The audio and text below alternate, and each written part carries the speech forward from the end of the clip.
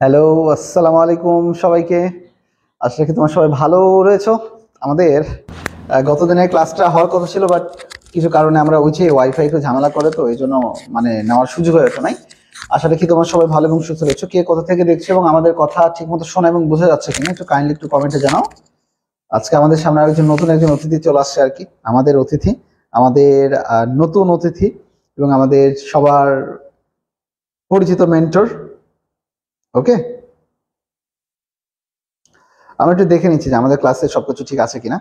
আর সবাই একটু শেয়ার করে দিও, সবাই একটু কমেন্ট করো, কে কোথা থেকে দেখছো একটু কাইন্ডলি একটু জানাও আর কি আমাদের। আচ্ছা, তাহলে আমাদের জন্য খুবই ভালো হয়। একটু শেয়ার করে দিও, সবাই একটু কমেন্ট করো, কে কোথা থেকে দেখছো।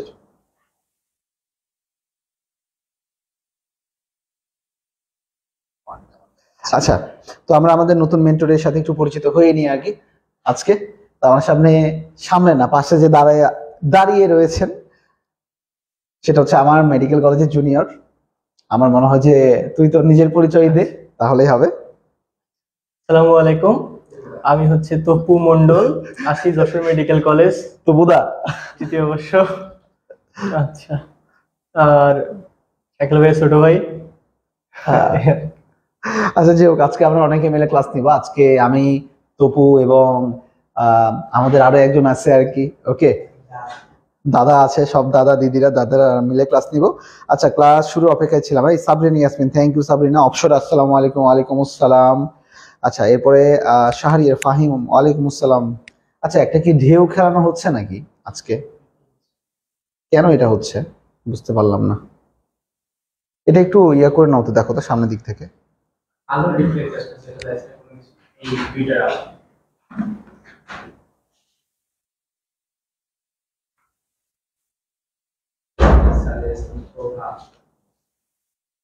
আচ্ছা আচ্ছা আচ্ছা, এটা না থাও, এইখানে রাখো, লাইটটা এই দিকে রাখো, একটু দেখি। না, আমাদের দিকে ঘুরে রাখো, ওখানে রাখো দেখি।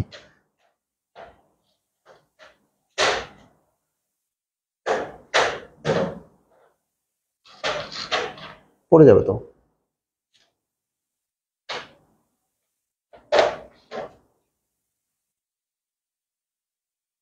লাইটটা ওইদিকে ঘুরাইলে মনে হয় ঠিক হয়ে গেছিল। আচ্ছা, আমাদেরকে এখানে কি কোনো আচ্ছা, ইলা মন্ডল, নমস্কার। হ্যাঁ নমস্কার।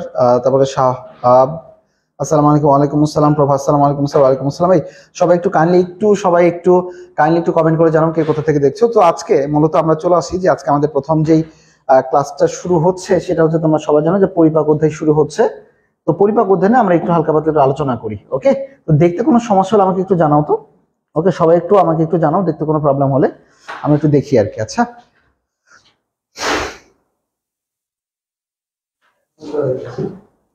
হুম,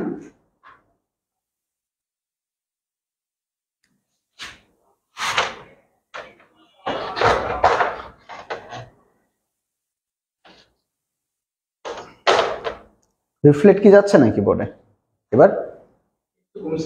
না, আচ্ছা, কোনো এমনি কি দেখি এবার। না, দাঁড়াও, একটু দাঁড়াই আর কি, একটু দাঁড়াও। যাওয়ার পরে হয়তো বা আমাকে ট্যাপ করো তো একটু ফেসে, শুধু ডাবল ট্যাপ না, শুধু একটা ট্যাপ করো।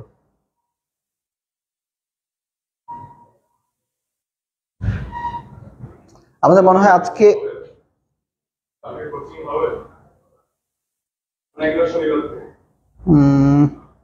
আচ্ছা চলো আমরা মূলত একটু শুরু করি আর কি, দেখি ইনশাল্লাহ শুরু করলে ঠিক হয়ে যাবে আর কি। ঠিক আছে, ওকে। তবু কিছুক্ষণ পরে, আচ্ছা তবু আমাদের সাথেই থাকুক আর কি জায়গায়। চলো আমরা একসাথে মূলত আজকে আমাদের ক্লাসটা একটু শুরু করি আর কি।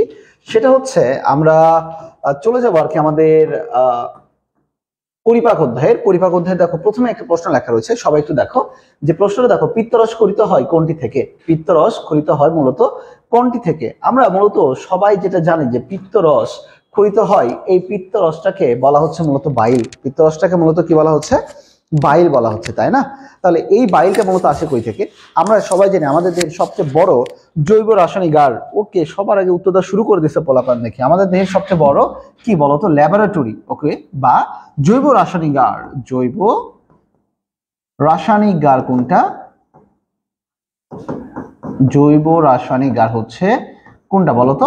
লিভার বা যকৃৎ, লিভার বা যকৃৎ, তাই না? কারণ এখানে আমাদের দেহের আমরা যা কিছু খাই না কেন, কার্বোহাইড্রেট, প্রোটিন, লিপিড, বিষ, চা, কফি সবকিছু জমা হয় কোথায়? লিভারে। এবং এই লিভার থেকে আমাদের আরো একটা জিনিস করিতে হয়, যেটার নামটা কিন্তু হচ্ছে পিত্তরস। আমরা অনেকেই মনে করি যে আমাদের লিভার থেকে পিত্তরস আসে না, মূলত আসে পিত্তথলি থেকে। এই জিনিসটা কিন্তু আমাদের ভুল হয়ে যায়। তাহলে আমি দেখো আমাদের দেহের সবচেয়ে বড় যে একটা গ্রন্থি তোমরা এখানে দেখতে পাচ্ছ, সবচেয়ে বড় যে একটা গ্রন্থি সেটার নাম কিন্তু হচ্ছে লিভার। এবং এই লিভারে উৎপাদন হয় কিন্তু কি বলতো? পিত্তরস। ওকে, আর আমরা এটা পেছন থেকে দেখতে পাচ্ছি, দেখো এইখানে কিন্তু একটা নীল কালারের জিনিস দেখা যাচ্ছে, যার নাম কিন্তু পিত্তথলি। যার নাম কি? পিত্তথলি।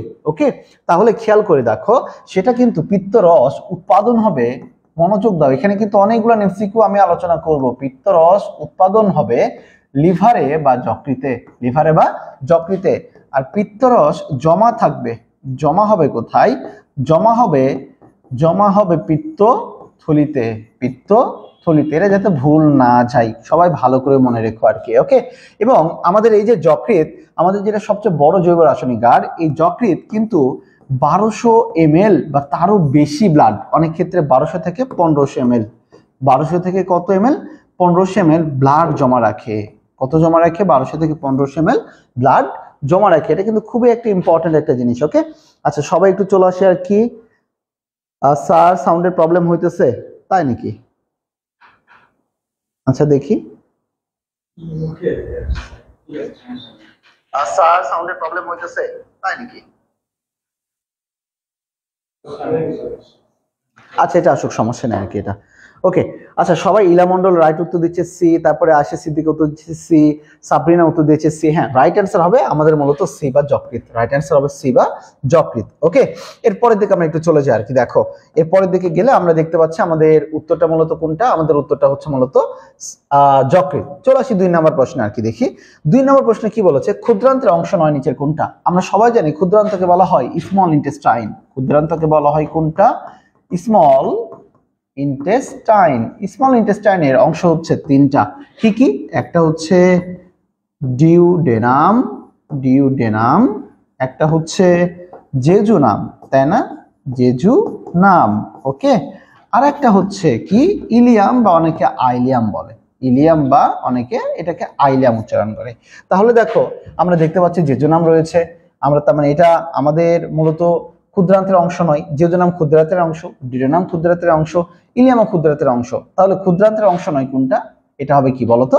আমরা মূলত 2 এর উত্তর দেখি।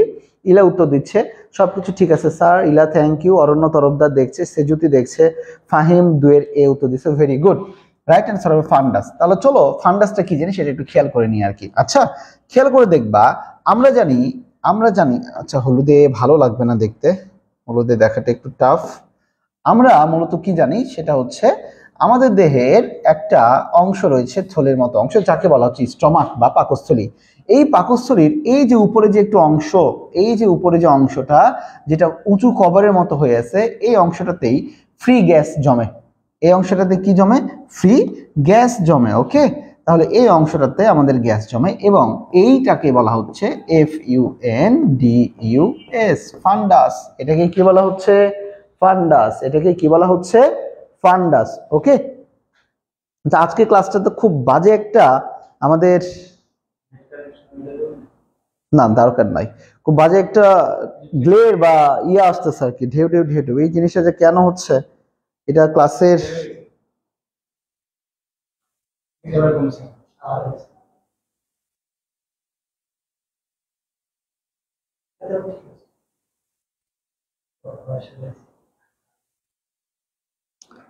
কেন যে হচ্ছে এটা।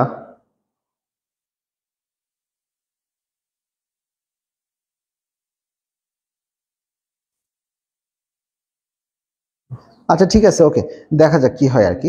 তাহলে দেখো আমরা অনেকে উত্তর দিচ্ছ আর কি, তোমরা অনেকেই উত্তর দিচ্ছ এই জায়গাতে। ইলা উত্তর দিচ্ছে, তারপর আমাদের ফাহিম উত্তর দিচ্ছে, অনেকে উত্তর দিচ্ছ আর কি তোমরা। তাহলে দেখো এই জায়গাটার নামটা হচ্ছে ফান্ডাস। তাহলে ফান্ডাস কিসের অংশ? ফান্ডাস কিন্তু পাকস্থলীর অংশ। ফান্ডাস কিসের অংশ? ফান্ডাস হচ্ছে পাকস্থলীর অংশ। ওকে, ফান্ডাস হচ্ছে কার অংশ? স্টমাক বা পাকস্থলীর, স্টমাক বা পাকস্থলীর অংশ। তাহলে রাইট অ্যান্সার হবে মূলত ফান্ডাস। রাইট অ্যান্সার কোনটা? ফান্ডাস। ওকে, এরপরে দিকে চলে যায় 3 নাম্বার। দেখো এখানে একটা কথা বলেছে কি, লিপিড এখান থেকে উৎপন্ন হচ্ছে ফ্যাটি অ্যাসিড এবং গ্লিসারল কোন এনজাইমকে নির্দেশ করে? অর্থাৎ লিপিড যেহেতু পদার্থ ভেঙে উৎপন্ন হচ্ছে ফ্যাটি অ্যাসিড এবং গ্লিসারল, আমরা সবাই মূলত জানি। দেখো সেটা হচ্ছে এই যে অ্যামাইলেজ। আমরা যে কোনো শব্দের শেষে যদি কোনো এস যুক্ত হয়, এস যুক্ত হওয়া মানেই সেটা হচ্ছে কি বলতো? এনজাইম। এস যুক্ত হওয়া মানে সেটা কি? এনজাইম। দেখো অ্যামাইলেজ, অ্যামাইলেজ কথাটা কিন্তু এটা শুধুমাত্র শর্করাজাত খাবারকে পরিপাক করে, শর্করাজাত খাবারকে পরিপাক করে। তাহলে এটা হচ্ছে না। পেপসিন, আমরা সবাই জানি পেপসিন পরিপাক করে প্রোটিনজাত খাবারকে। কোন জাতীয় খাবারকে? প্রোটিনজাত খাবারকে। এটাও হচ্ছে না। রেনিন, রেনিন এটাও পরিপাক করে দুগ্ধ আমিষকে। কোন আমিষকে? দুগ্ধ আমিষ, বা এটা এক ধরনের প্রোটিন। তাহলে এটাও হচ্ছে না। তাহলে আমরা সবাই জানি লাইপেজ, লাইপেজ মূলত আমাদের লিপিড জাতীয় খাবারকে পরিপাক করে ফ্যাটি অ্যাসিড এবং গ্লিসারলে পরিণত করে। তাহলে রাইট অ্যান্সার কত বলতো? 3-এর? হ্যাঁ, সাজিদ উত্তর দিচ্ছে, ফাহিম শাহরিয়ার, ইলা মন্ডল, আয়েশা সিদ্দিকা, শান্তা ইসলাম। আজকে দেখি তো কে সবচেয়ে বেশি উত্তর দিতে পারে আর কি। আহমেদ নয়ন 3-এর ডি, সাবরিনা 3-এর D. Okay, very good very good. Sadia Afrin Prova, খুঁজি পাওয়া যায় না প্রভাকে আর কি, 3-এর ডি। ইলা মন্ডল, ওকে। সেজুতি আক্তার 3-এর ডি। Absolute right. দেখি আমাদের উত্তরটা কি বলে, দেখা যাক। হ্যাঁ লিপিড, এটা হচ্ছে লাইপেজ। চলো এরপরের দিকে চলে যায় 4 নম্বরে। 4 নম্বরে দেখো কি বলছে, টায়ালিন নিঃসৃত হয় কোনটি থেকে? টায়ালিন হচ্ছে আমাদের খুব দুর্বল টাইপের একটা এনজাইম। টায়ালিন হচ্ছে খুব দুর্বল টাইপের একটা এনজাইম। ওকে, মনে রাখবা এই টায়ালিনটা সব সময় খরিত হয় আমাদের মুখ গহ্বর থেকে। সব সময় খরিত হয় কই থেকে? মুখ গহ্বর থেকে। এবং মুখ গহ্বরে আমাদের চলে আসে যে জিনিসটা, তার নাম লা লা লা লা লা গ্রন্থি। কি গ্রন্থি বলো? লালা গ্রন্থি। কোন গ্রন্থি থেকে? রাইট অ্যান্সার হবে লালা গ্রন্থি থেকে। রাইট অ্যান্সার কোনটা? লালা গ্রন্থি। হ্যাঁ, এখানে 4-এর বি, 4-এর বি লালা গ্রন্থি। এরপর উত্তর দিচ্ছে তরফদার। আচ্ছা, এরপর আয়েশা সিদ্দিকা কমেন্ট করছে, একবারও কোশ্চেন এই কমেন্ট বাংলা। আচ্ছা, গুরুত্বপূর্ণ।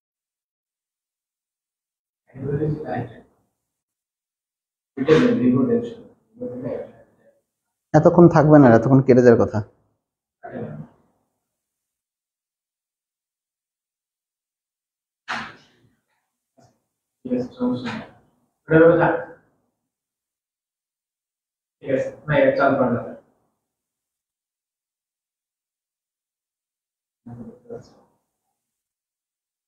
এই শোনা কি যাচ্ছে একটু বলো তো?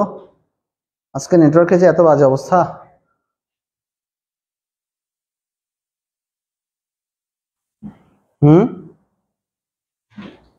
একটু বলো, শোনা যাচ্ছে? শোনা যাচ্ছে?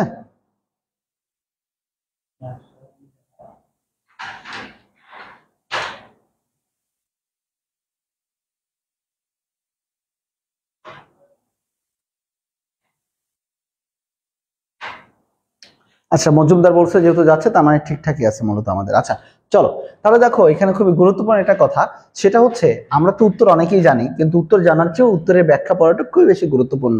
খেয়াল করবা, অগ্নাশয়, আগে বলছি কি অগ্নাশয়, এই অগ্নাশয়টা হচ্ছে কিন্তু আমাদের দেহের খুবই গুরুত্বপূর্ণ একটা মিক্সড গ্ল্যান্ড। এই অগ্নাশয়ের আইলেটস অফ ল্যাঙ্গারহ্যান্স থেকে খরিত হয় মূলত বিভিন্ন ধরনের হরমোন। এর মধ্যে কিছু রয়েছে, একটা আলফা, একটা বিটা, একটা ডেল্টা এবং আরেকটা হচ্ছে গামা। একটা ডেল্টা আর একটা হচ্ছে কি কোষ? গামা কোষ, তাই না? মনে রেখো, আলফা কোষ থেকে আসে মূলত গ্লুকাগন। আলফা কোষ থেকে আসে মূলত কোন গণ? গ্লুকাগন। বিটা কোষ থেকে আসে হচ্ছে ইনসুলিন। এই দুটা খুবই ইম্পর্টেন্ট। আলফা কোষ থেকে গ্লুকাগন, বিটা কোষ থেকে কোনটা? ইনসুলিন। বিটা কোষ থেকে কোনটা? ইনসুলিন। খেয়াল করবা, এই গ্লুকাগন গ্লুকোজের পরিমাণ বাড়ায়। গ্লুকাগন কিসের পরিমাণ বাড়ায়? গ্লুকাগন বাড়ায় গ্লুকোজের পরিমাণ। গ্লুকাগন বাড়ায় কিসের পরিমাণ? গ্লুকোজের পরিমাণ। কোথায় বাড়ায় জানো? রক্তে। কোথায় বাড়ায়? রক্তে। ক্লিয়ার? মনে থাকবে। আর ইনসুলিন গ্লুকোজের পরিমাণ কমায়। ইনসুলিন গ্লুকোজের পরিমাণ কমায়। ওকে, কোথায় কমায়? রক্তে। কোথায় কমায়? রক্তে। মনে থাকবে? তাহলে দেখো আলফা, বিটা, ডেল্টা এবং গামা, এর মধ্যে অগ্ন্যাশয়ের সবচেয়ে গুরুত্বপূর্ণ দুইটা হরমোন আলফা এবং বিটা কোষ থেকে ক্ষরিত হয়। আলফা কোষ থেকে আসে গ্লুকাগন, যেটা কিনা গ্লুকোজের পরিমাণ বাড়ায় রক্তে, আর ইনসুলিন এটা কিন্তু ডায়াবেটিস রোগীদের একটা ট্রিটমেন্ট প্রোটোকলের অন্যতম জিনিস। ইনসুলিন এটা গ্লুকোজের পরিমাণ কমায় বা চিনির পরিমাণ কমায় কোথায়? রক্তে। তাহলে দেখো গ্লুকাগন ক্ষরিত হয় কই থেকে? রাইট অ্যান্সার কিন্তু অগ্ন্যাশয়। যারা 5-এর বি উত্তর দিয়েছো তাদেরকে সবাইকে থ্যাংক ইউ। ওকে, প্রভা উত্তর দিচ্ছে, শাহরিয়া উত্তর দিচ্ছে, ভেরি গুড। আজকে আমি একটু অসুস্থ, আমার মুখে বেশি একটু লাগছে, যার কারণে আমি খুব বেশি কথা বলতে পারতেছি না আর কি। প্রচন্ড ব্যথা হচ্ছে আর কি, আমার গালে কামড় পড়ছে, এই জন্য খুব কষ্ট হয়ে যাচ্ছে আর কি। চলো এরপরের দিকে যাই। নিচের কোন এনজাইম অম্লীয় পরিবেশে অধিক কার্যকর? এই উত্তরটা আমাকে দাও তো। কাইমোট্রিপসিন, ইরেপসিন, পেপসিন নাকি ট্রিপসিন? ওকে, আমরা সবাই মূলত জানি না যে পেপসি আমরা খাই, তাহলে এই প্রশ্নের উত্তরটা কি হবে বলো তো? অম্লীয় পরিবেশে অধিক কার্যকর কোনটা? অম্লীয় পরিবেশে অধিক কার্যকর কোনটা? কোনটা দেখি উত্তরটা আমাকে দাও। অম্লীয় পরিবেশে অধিক কার্যকর হচ্ছে 6-এর উত্তরটা হবে পেপসিন। সবচেয়ে বেশি কার্যকর কোনটা? পেপসিন। ওকে, আচ্ছা তুই আয়, তপু আয়। হ্যাঁ আয়। পেপসিন, হ্যাঁ রাইট অ্যান্সার। অপশনের উত্তর দিচ্ছে মজুমদার, জান্নাত, জাহিদ, আয়েশা সিদ্দিকা, আচ্ছা ইলা মন্ডল, সবাই উত্তর দিচ্ছে আর কি। এটা খুবই ভালো, খুবই ভালো, খুবই ভালো হচ্ছে আর কি। ওকে, আচ্ছা এরপরে কি দেখি আর কি আমরা এরপরে।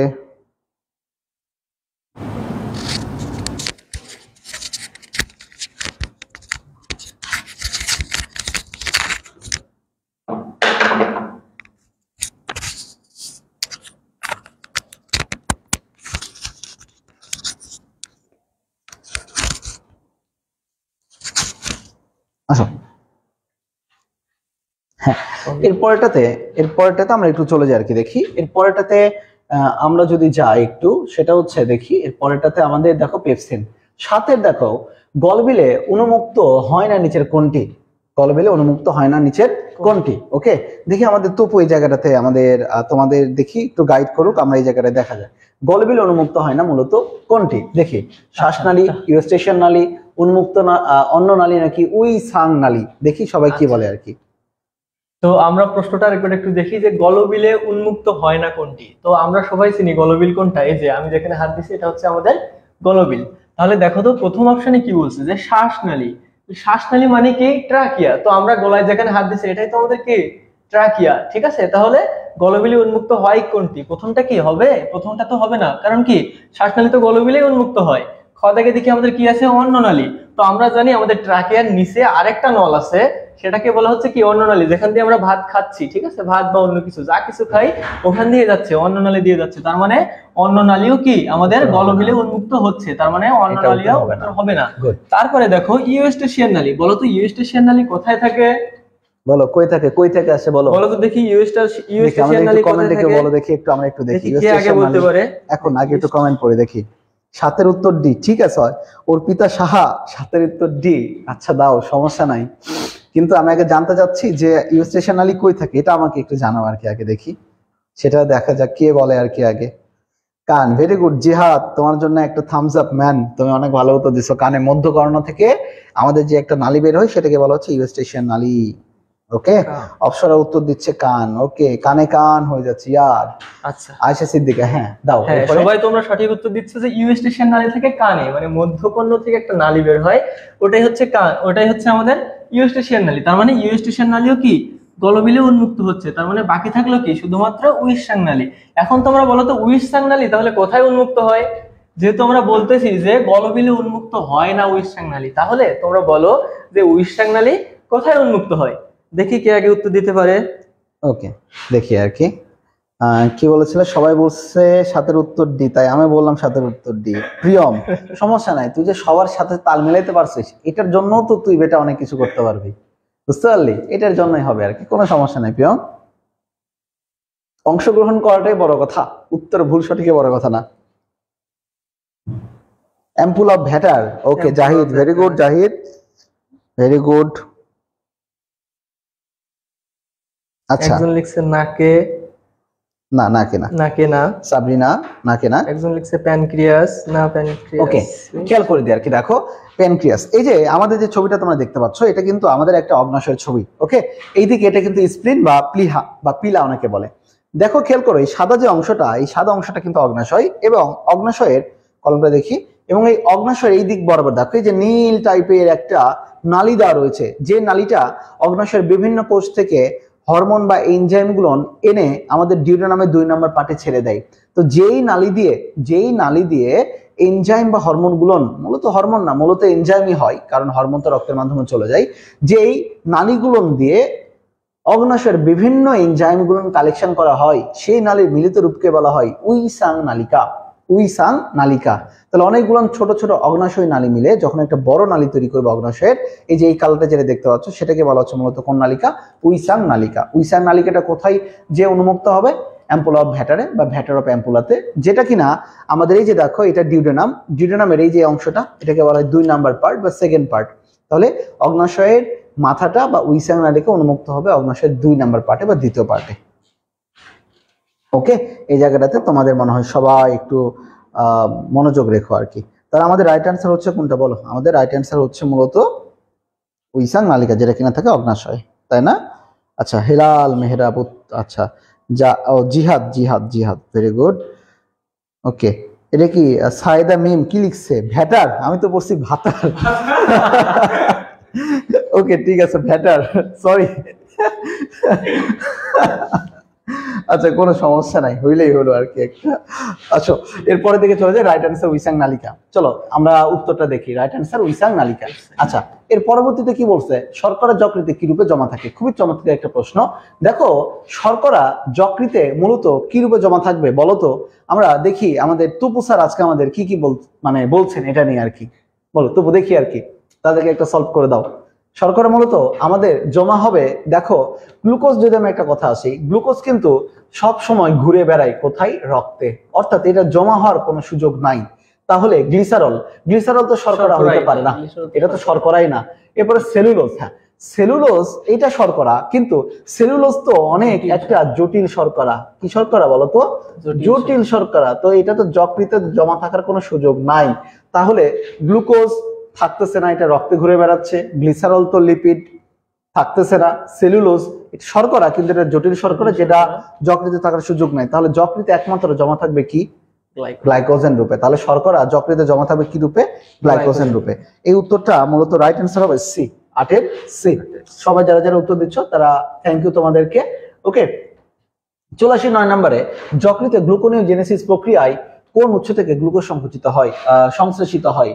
চমৎকার একটা কথা বলছে, দেখো গ্লুকোনিওজেনেসিস, এই ওয়ার্ডটা তোমাদের একটু জানতে হবে আর কি। খেয়াল করো, গ্লুকো মানে কি বলতো? গ্লুকোজ। গ্লুকো মানে কি? দেখো গ্লুকো মানে কি বলতো? গ্লুকো মানে হচ্ছে গ্লুকোজ। গ্লুকো মানে কি? গ্লুকোজ, মনে থাকবে। তারপরে দেখো নিও, কি বলা হয়েছে? নিও। নিও মানে নতুন, নিও মানে কি? নতুন।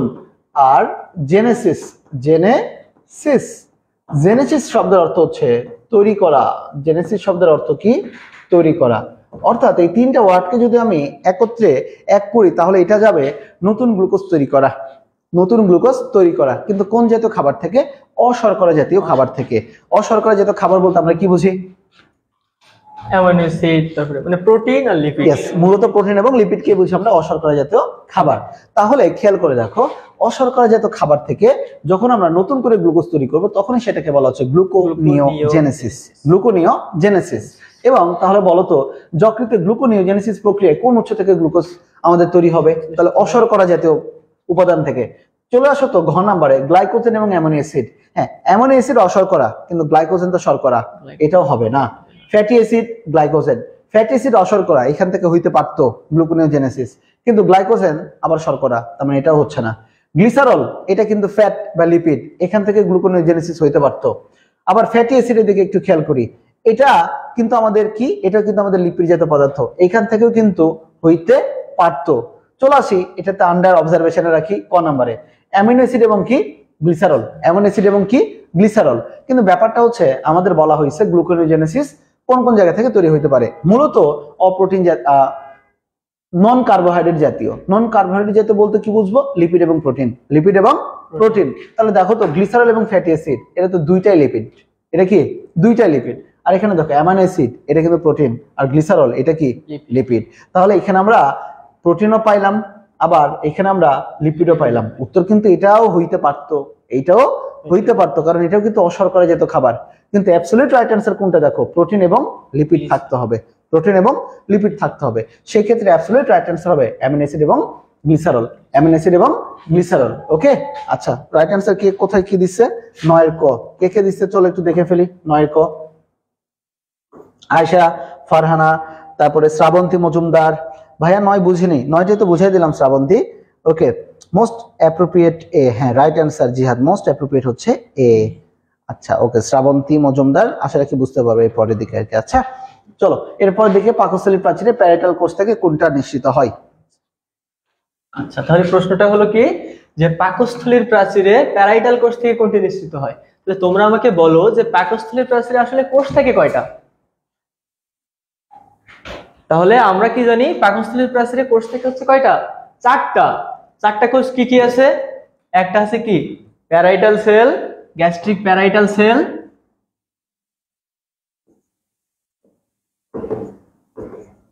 তারপরে কি আছে মিউকাস সেল, আর দুইটা কি বলতো, আর্জেন্টিনার ফ্যান আছে কে কে এখানে দেখি। তুই তো নিজে আর্জেন্টিনার ফ্যান নাকি রে? দেখি আর্জেন্টিনার ফ্যান আছে কে কে, সে যদি বলতে না পারে তাহলে আজকে তার খবর আছে। দেখি আর্জেন্টিনার ফ্যান আছে কে কে এখানে আমার মতো, দেখা যাক। আর্জেন্টিনা না ব্রাজিল? তুই না ব্রাজিল ছিলি? আচ্ছা আমি ব্রাজিল ছিলাম বুঝছো, কিন্তু আমি দল চেঞ্জ করছি। আমার মতো পাবলিক কে কে আছে? আমি বরাবরই দল চেঞ্জ করার পাবলিক, যেটা জিতে সেটারই আমি। ঠিক আছে, তাহলে প্যারাইটাল সেল, মিউকাস সেল, এই যে একজন লিখছে ভ্যামোস, হ্যাঁ ভেমোস আর্জেন্টিনা, ভ্যামোস আর্জেন্টিনা। ঠিক আছে, তাহলে আর কি কি আছে, আর্জেন্টাফিন সেল, একটু বড় করে লেখ। আরেকটা কি আছে বলতো, gastric parietal cell, mucous cell, argentaffin cell, আর জাইমোজেনিক সেল।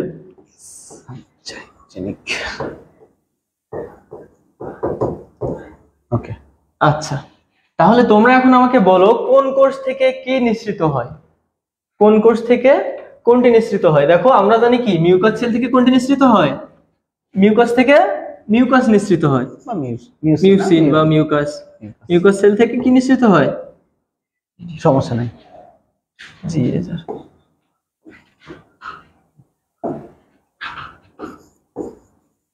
মিউসিন বা মিউকাস, বড় করে লেখ। আচ্ছা তারপরে দেখো তো প্যারাইটাল সেল থেকে কি নিঃসৃত হয়, এটা আমরা সবাই জানি, এটা থাক। তারপরে দেখো আর্জেন্টাফিন কোষ থেকে কোনটি নিঃসৃত হয়, তোমরা আমাকে বলো তো আর্জেন্টাফিন কোষ থেকে কোনটি নিঃসৃত হয়। পারবে না ওরা, ওরা পারতে পারতে টাইম শেষ, বল বলে দে। আচ্ছা এটার উত্তর হচ্ছে এই সেল, প্যারাইটাল সেল। তাহলে গ্যাস্ট্রিক প্যারাইটাল সেল থেকে কোনটি নিঃসৃত হয়, হাইড্রোক্লোরিক অ্যাসিড। ঠিক আছে, hydrochloric acid, hydrochloric acid, HCl। HCl। Right অ্যান্সারটা কে দিছে আর কি এটাতে? রাইট অ্যান্সারটা দিছে হচ্ছে সবাই ব্রাজিল দিচ্ছে, রাইট অ্যান্সার কেউ দেয় না। ওকে, এরপরের দিকে চেঞ্জ করে আর কি। চলো এই সেল 11 নম্বরে দেখো, বৃহদান্ত্রের অংশ কোনটা, বৃহদান্ত্রের অংশ কোনটা, বৃহদান্ত্রের অংশ কোনটা। ওকে তাহলে দেখো বৃহদান্ত্রের অংশ কোনটা বলো, আমরা একটু সবাই শুনে নিই আর কি। তোমরা একটু বলো, সলভ কর এটা। বলো বৃহদান্ত্রের অংশ কোনটা। আমরা কি জানি বৃহদান্ত্রের অংশ কয়টা, আমরা সবাই জানি বৃহদান্ত্রের অংশ হচ্ছে 3টা।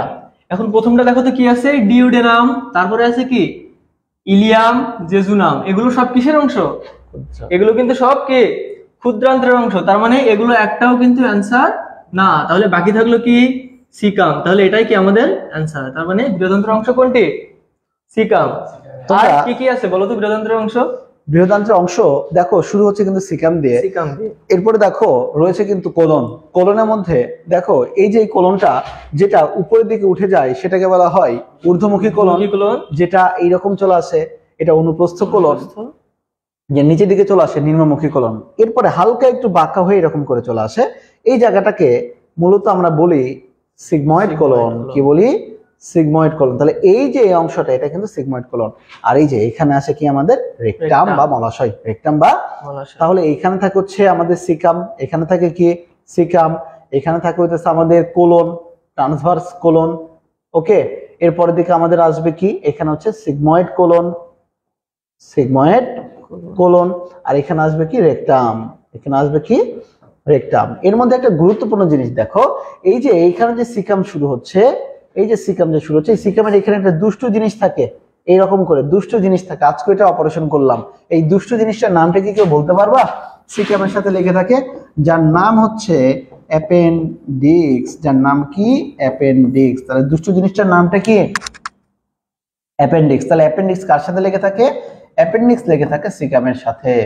অ্যাপেন্ডিক্স লেগে থাকে কার সাথে বলো তো? সিকামের সাথে লেগে থাকে অ্যাপেন্ডিক্স। সিকামের সাথে লেগে থাকে কি অ্যাপেন্ডিক্স। তো এই তো আয়েশা সিদ্দিকা সিকাম কোলন মলাশয়, ফারহানা উত্তর দিচ্ছে সিকাম কোলন মলাশয়, ভেরি গুড। শ্রাবন্তী, আচ্ছা এই সবাই একটু উত্তর দাও। শেখ শারমান, এই রে বাবা সবাই দেখি ক্লাসে আসছে, আরে বাবা পোলাপান এত ভালো হয়ে গেল কেমনে? হুম, ওকে ওকে।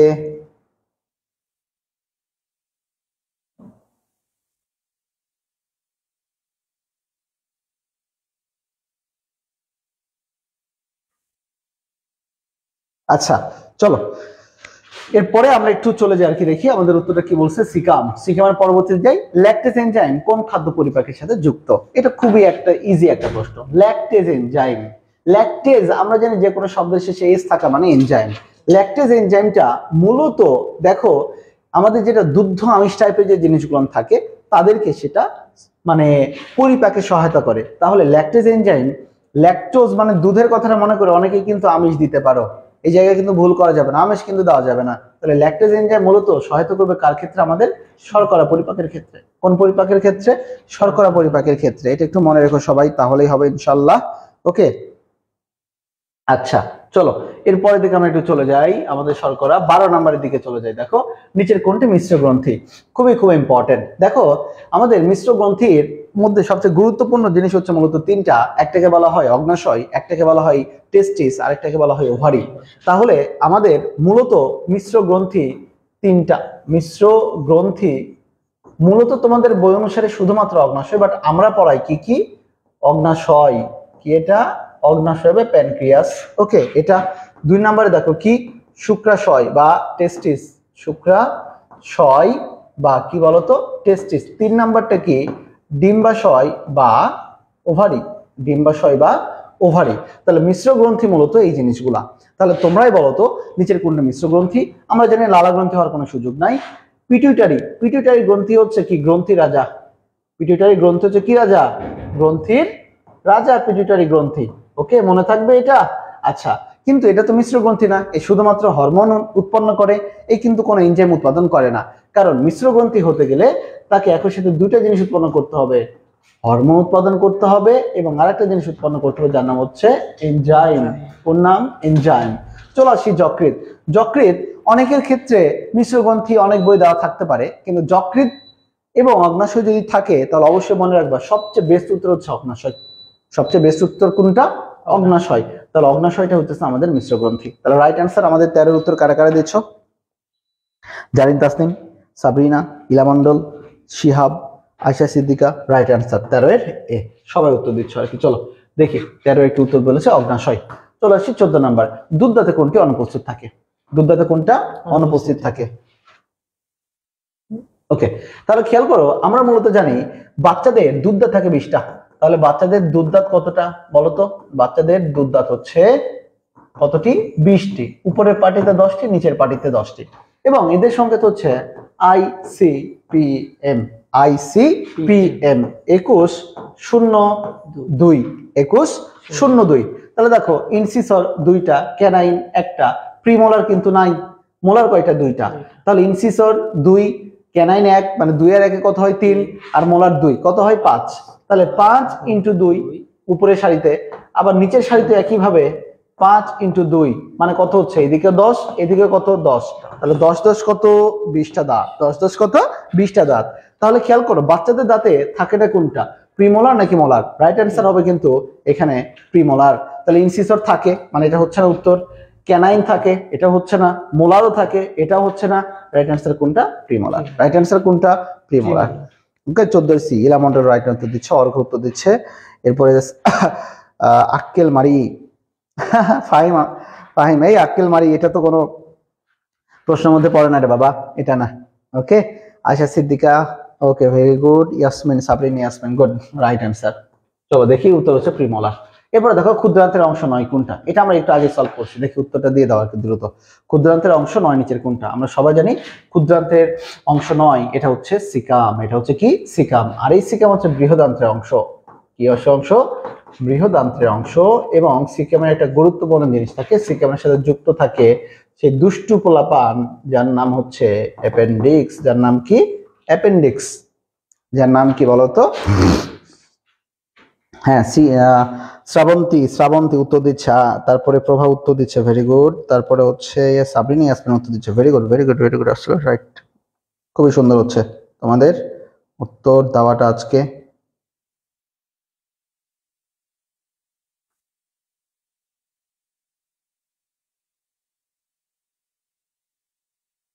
ওকে ওকে। আচ্ছা, তোমরা যারা আছো, আমার মনে হয় যে ক্লাসটা কেউ দু একজন একটু শেয়ার করে দাও, এটা তো ভালো লাগে তাই না আমাদের জন্য।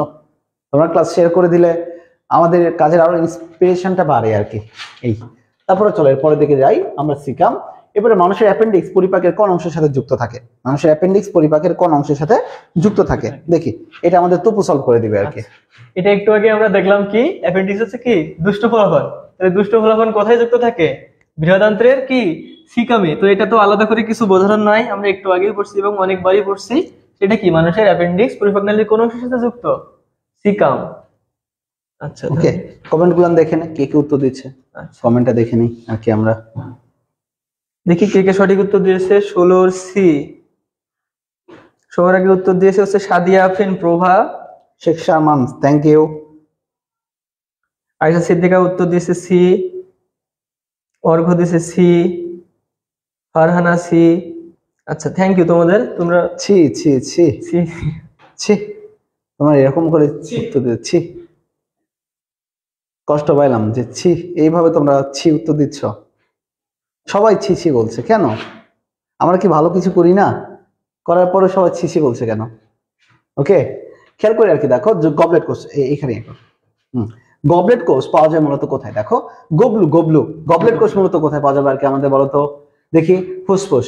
ফুসফুসে মূলত আমাদের যে কোষ থাকে সেটা হচ্ছে অ্যালভিওলাস। কি থাকে? অ্যালভিওলাস। অগ্নাশয়। অগ্নাশয় তো আমাদের গবলেট কোষ থাকার কোনো সুযোগ নাই এখানে, মূলত এখানে থাকে আইলেটস অফ ল্যাঙ্গারহ্যান্স। ওকে, যকৃতে। যকৃতে যে কোষ থাকে তার নাম হচ্ছে হেপাটোসাইট। যকৃতের কোষের নাম কি? হেপাটোসাইট। তাহলে বলো গবলু ভাই কই থাকে? গবলু ভাই থাকার একমাত্র জায়গা কোনটা? গবলু ভাই থাকার একমাত্র জায়গা অন্ত্র। রাইট অ্যান্সার দিয়ে দাও এটাতে। গবলু ভাইয়ের থাকার একমাত্র জায়গা হচ্ছে অন্ত্র। ওকে, আচ্ছা, আর একটা গুরুত্বপূর্ণ জিনিস বলে দিই, সেটা হচ্ছে আমাদের বই দুটা তথ্য লেখা আছে। একটা তথ্য কিন্তু লেখা আছে যে শোষণ, পানি শোষণ কোনটাতে বেশি হয়? ক্ষুদ্রান্ত্র আর বৃহদান্ত্রে। ওকে, মনে রাখবা বৃহদান্ত্র যেটা, মনে করে ধরো দেখলাম বর্জ্য পদার্থ চলে গেছে বৃহদান্ত্রে, এই বর্জ্য পদার্থের মধ্যে যদি অল্প কিছু পানি থাকে সেটাও বৃহদান্ত্র গ্রহণ করে, কিন্তু মূলত প্রধান শোষণের কাজ করে কিন্তু ক্ষুদ্রান্ত। তাহলে একটা জিনিস খেয়াল করবা যে পানি বা প্রধান শোষণ, পানি অ্যাবজর্পশন বা শোষণের প্রধান যে কাজ, সেই শোষণের প্রধান কাজ করবে কে বলতো? প্রধান কাজ কিন্তু করবে আমাদের কোনটা বলো? ক্ষুদ্রান্ত। কোনটা করবে? ক্ষুদ্রান্ত করবে মূলত। ক্ষুদ্রান্ত বানান কি ভুল গেল নাকি? আচ্ছা, তাহলে এটা হবে আমাদের মূলত, এই জন্য বাংলা লেখা ঠিক না, ঠিক আছে? লিখতে হবে স্মল ইন্টেস্টাইন। এই ভুল হইতেছে না, ইন্টেস্টাইন। আচ্ছা, বানান ভুল করে একটু সোজা করে নেওয়া আর কি। যাই হোক, তাহলে দেখো পানি শোষণ সবচেয়ে বেশি হয় কোথায় বলতো? পানি শোষণ সবচেয়ে বেশি হবে কোথায় বলতো? স্মল ইন্টেস্টাইনে। কোথায় বেশি হবে? Small intestine. ওকে, বা কোথায় হবে? মূলত আমাদের ক্ষুদ্রান্ত হবে আর কি। আচ্ছা, আর ভাইয়া ওদের ঠিক করে কমেন্ট পড়া কি হয়েছে? করে দিচ্ছে নট ফেয়ার। সবাই কমেন্ট করে ডিলিট করে দিচ্ছে, নট ফেয়ার। কেন কেন কেন? কি কমেন্ট করে ডিলিট করে দিচ্ছে?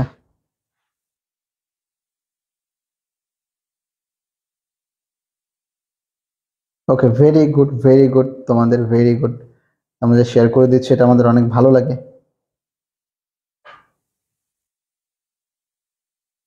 আচ্ছা চলো এরপরের দিকে আমরা একটু যাই, এরপরেরটাতে যাই আর কি। হ্যাঁ, পরেরটাতে যাই। পরেরটাতে গেলে আমরা অন্ত্র পেলাম। এরপরে দেখো মানুষের কত জোড়া লালা গ্রন্থি থাকে? খুবই টিপিক্যাল একটা প্রশ্ন। মানুষের মূলত লালা গ্রন্থির কাজই হতেছে, দেখো আমার লালা ক্ষরণ হতেছে, বেশ কথা বলতে কষ্ট হচ্ছে, তারপরেও কথা বলতেছি বক বক কইরা। মূলত আমাদের এই যে কানের নিচে চর মারে না আর কি, আমাদের কয়েকটা লালা গ্রন্থির মধ্যে একটা লালা গ্রন্থির নাম হচ্ছে কি? লালা গ্রন্থি বলতো? প্যারোটিড। ওকে, এরপরে দেখো আমাদের একটা সাবম্যান্ডিবুলার এবং সাবলিঙ্গুয়াল, সাবম্যান্ডিবুলার এবং সাবলিঙ্গুয়াল। তাহলে সাবম্যান্ডিবুলার মানে কি, এই যে ম্যান্ডিবুলার নিচে এইখানে থাকে, লিঙ্গুয়াল মানে জিহ্বার নিচে থাকে, আর আমাদের দেখো এখানে কি থাকে বলতো, প্যারোটিড লালা গ্রন্থি, মানে কানের নিচে যে চরমারি না, কানের নিচে চরমারি কোথায়, প্যারোটিড লালা গ্রন্থিতে। তাহলে সবচেয়ে লালা গ্রন্থি হচ্ছে প্যারোটিড লালা গ্রন্থি, প্যারোটিড লালা গ্রন্থি। এইদিকে একটা, এইদিকে একটা, এদিকে একটা, এদিকে একটা, এদিকে একটা, এদিকে একটা। তাহলে কত জোড়া? 3 জোড়া। কত জোড়া? 3 জোড়া। প্যারোটিড, সাবম্যান্ডিবুলার, জিহ্বার নিচে সাবলিঙ্গুয়াল। কারণ লিঙ্গুলার শব্দের অর্থ জিহ্বা, লিঙ্গুলার শব্দের অর্থ কি? জিহ্বা। আয়েশা সিদ্দিকা, তারপরে সেজতি, তারপর আয়েশা সিদ্দিকা জ্যোতি উত্তর দিচ্ছে, ফাহিম শাহরে উত্তর দিচ্ছে, ভেরি গুড।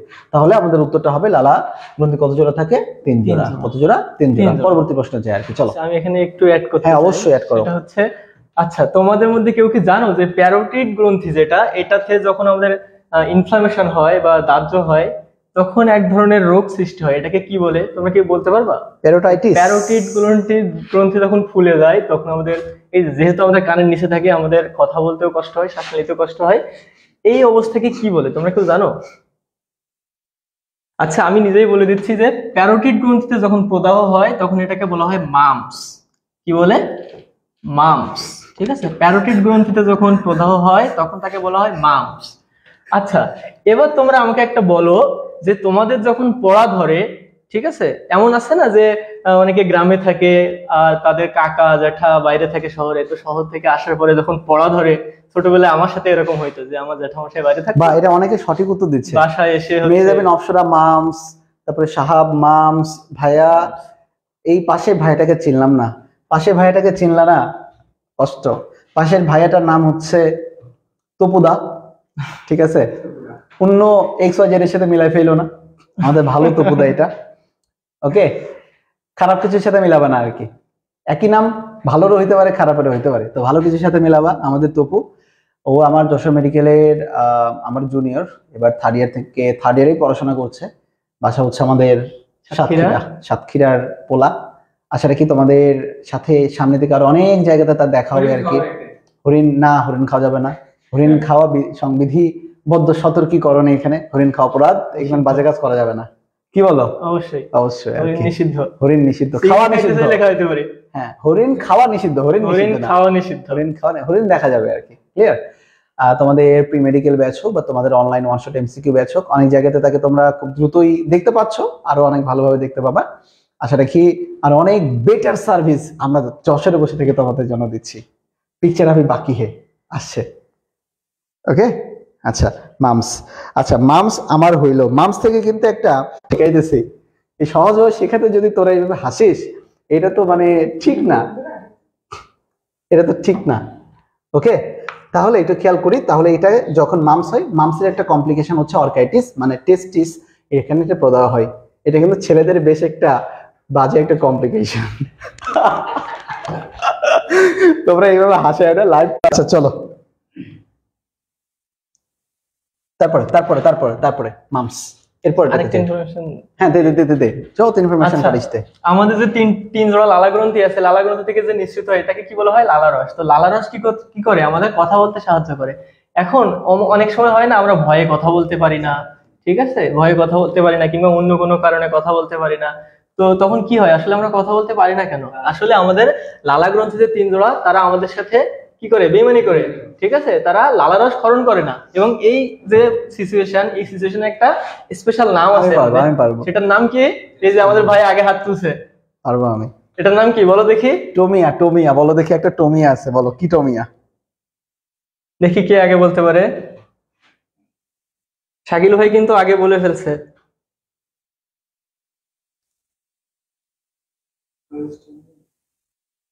দেখি কে বলছে উত্তর, দেখি কে বলে। এই জিহাদ সবার আগে উত্তর দিয়েছে, জেরোস্টোমিয়া। ভেরি গুড জিহাদ, ভেরি গুড। জেরোস্টোমিয়া, তাহলে এটার নামটা কি? ভেরি গুড জিহাদ, জেরোস্টোমিয়া, XEROSTOMIA, জেরোস্টোমিয়া।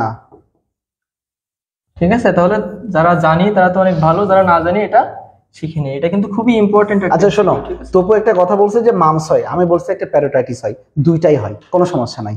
মামস হইতেছে একটা ভাইরাসের আক্রমণে হয়, আর প্যারোটাইটিস, আইটিস মানে প্রদাহ, এটা হয়তো ব্যাকটেরিয়ার আক্রমণে। বুঝেছো মন আর কথা? এটা মামস হইতে পারে, এটা ভাইরাস, এটা হলো অর্কাইটিস হয়, বিচিতে প্রদাহ হয়, বিচিতে ঝামেলা হবে। আর একটা হচ্ছে মূলত কি বলতো অর্কাইটিস, আর একটা হচ্ছে মূলত সরি মামস, আর একটা হচ্ছে প্যারোটাইটিস, মানে শুধুমাত্র প্যারোটিড গ্ল্যান্ডে যদি কোনো ইনফ্লামেশন বা প্রদাহ হয়। এরপরটাতে যাই চল। এরপরটাতে আমাদের এই যে তিন জোড়া, এটা চলে গেছে পরিপাকে সাহায্যকারী উৎসেচক মূলত কোনটি? পরিপাকে সহায়তাকারী উৎসেচক মূলত কোনটি? ইনসুলিন ভাই। পরিপাকে এটার ভূমিকা খুবই কম এই জায়গাটাতে। উৎসেচকই না, ওকে, হরমোন। এই আর কি। এরপর দিকে চলে আসি, দেখো এড্রেনালিন। এড্রেনালিন তো টোটালি হইতেছে আমাদের সুপ্রারেনাল গ্ল্যান্ড থেকে খরিত হয় একটা ইমার্জেন্সি একটা হরমোন, খুবই এমার্জেন্সি, ব্লাড প্রেশার বাড়ায় দেয়। গ্লুকাগন, এটা হচ্ছে একটা কি হরমোন। তো এর মধ্যে একমাত্র একটা এনজাইম আছে, দেখো গ্লুকাগন, এটা কিন্তু হরমোন। ইনসুলিন, এটা কিন্তু হরমোন। অ্যাড্রেনালিন, এটা কিন্তু হরমোন। একটাই মাত্র জিনিস রয়েছে যেটার নাম কি বলতো? সিক্রেটিন। সিক্রেটিন, যদিও সিক্রেটিন হরমোনের মধ্যেই পড়ে যায়। ওকে, তাহলে এটার মধ্যে আমাদের যেটা রাইট অ্যান্সার, রাইট অ্যান্সারটা হচ্ছে, সবাই একটু উত্তর দাও, রাইট অ্যান্সারটা হবে কি? সিক্রেটিন। দেখে আমাকে উত্তরটা কে দেয়। আচ্ছা, অপসরা উত্তর দিচ্ছে, ভেরি গুড অপসরা, উত্তর দিচ্ছে 19 ডি। অপসরা খুবই আজকে ভালো উত্তর দিচ্ছে অপসরা। শিমলা খান ডি, সিয়ামউদ্দিন, আয়েশা সিদ্দিকা, সাবরিনা, ফাহিম, শারিয়ার, এরা খুবই উত্তর দেয় দেখি, ভালো ছেলে এরা, তো সবাই খুবই ভালো বাচ্চা, এরা খুবই ভালো বাচ্চা।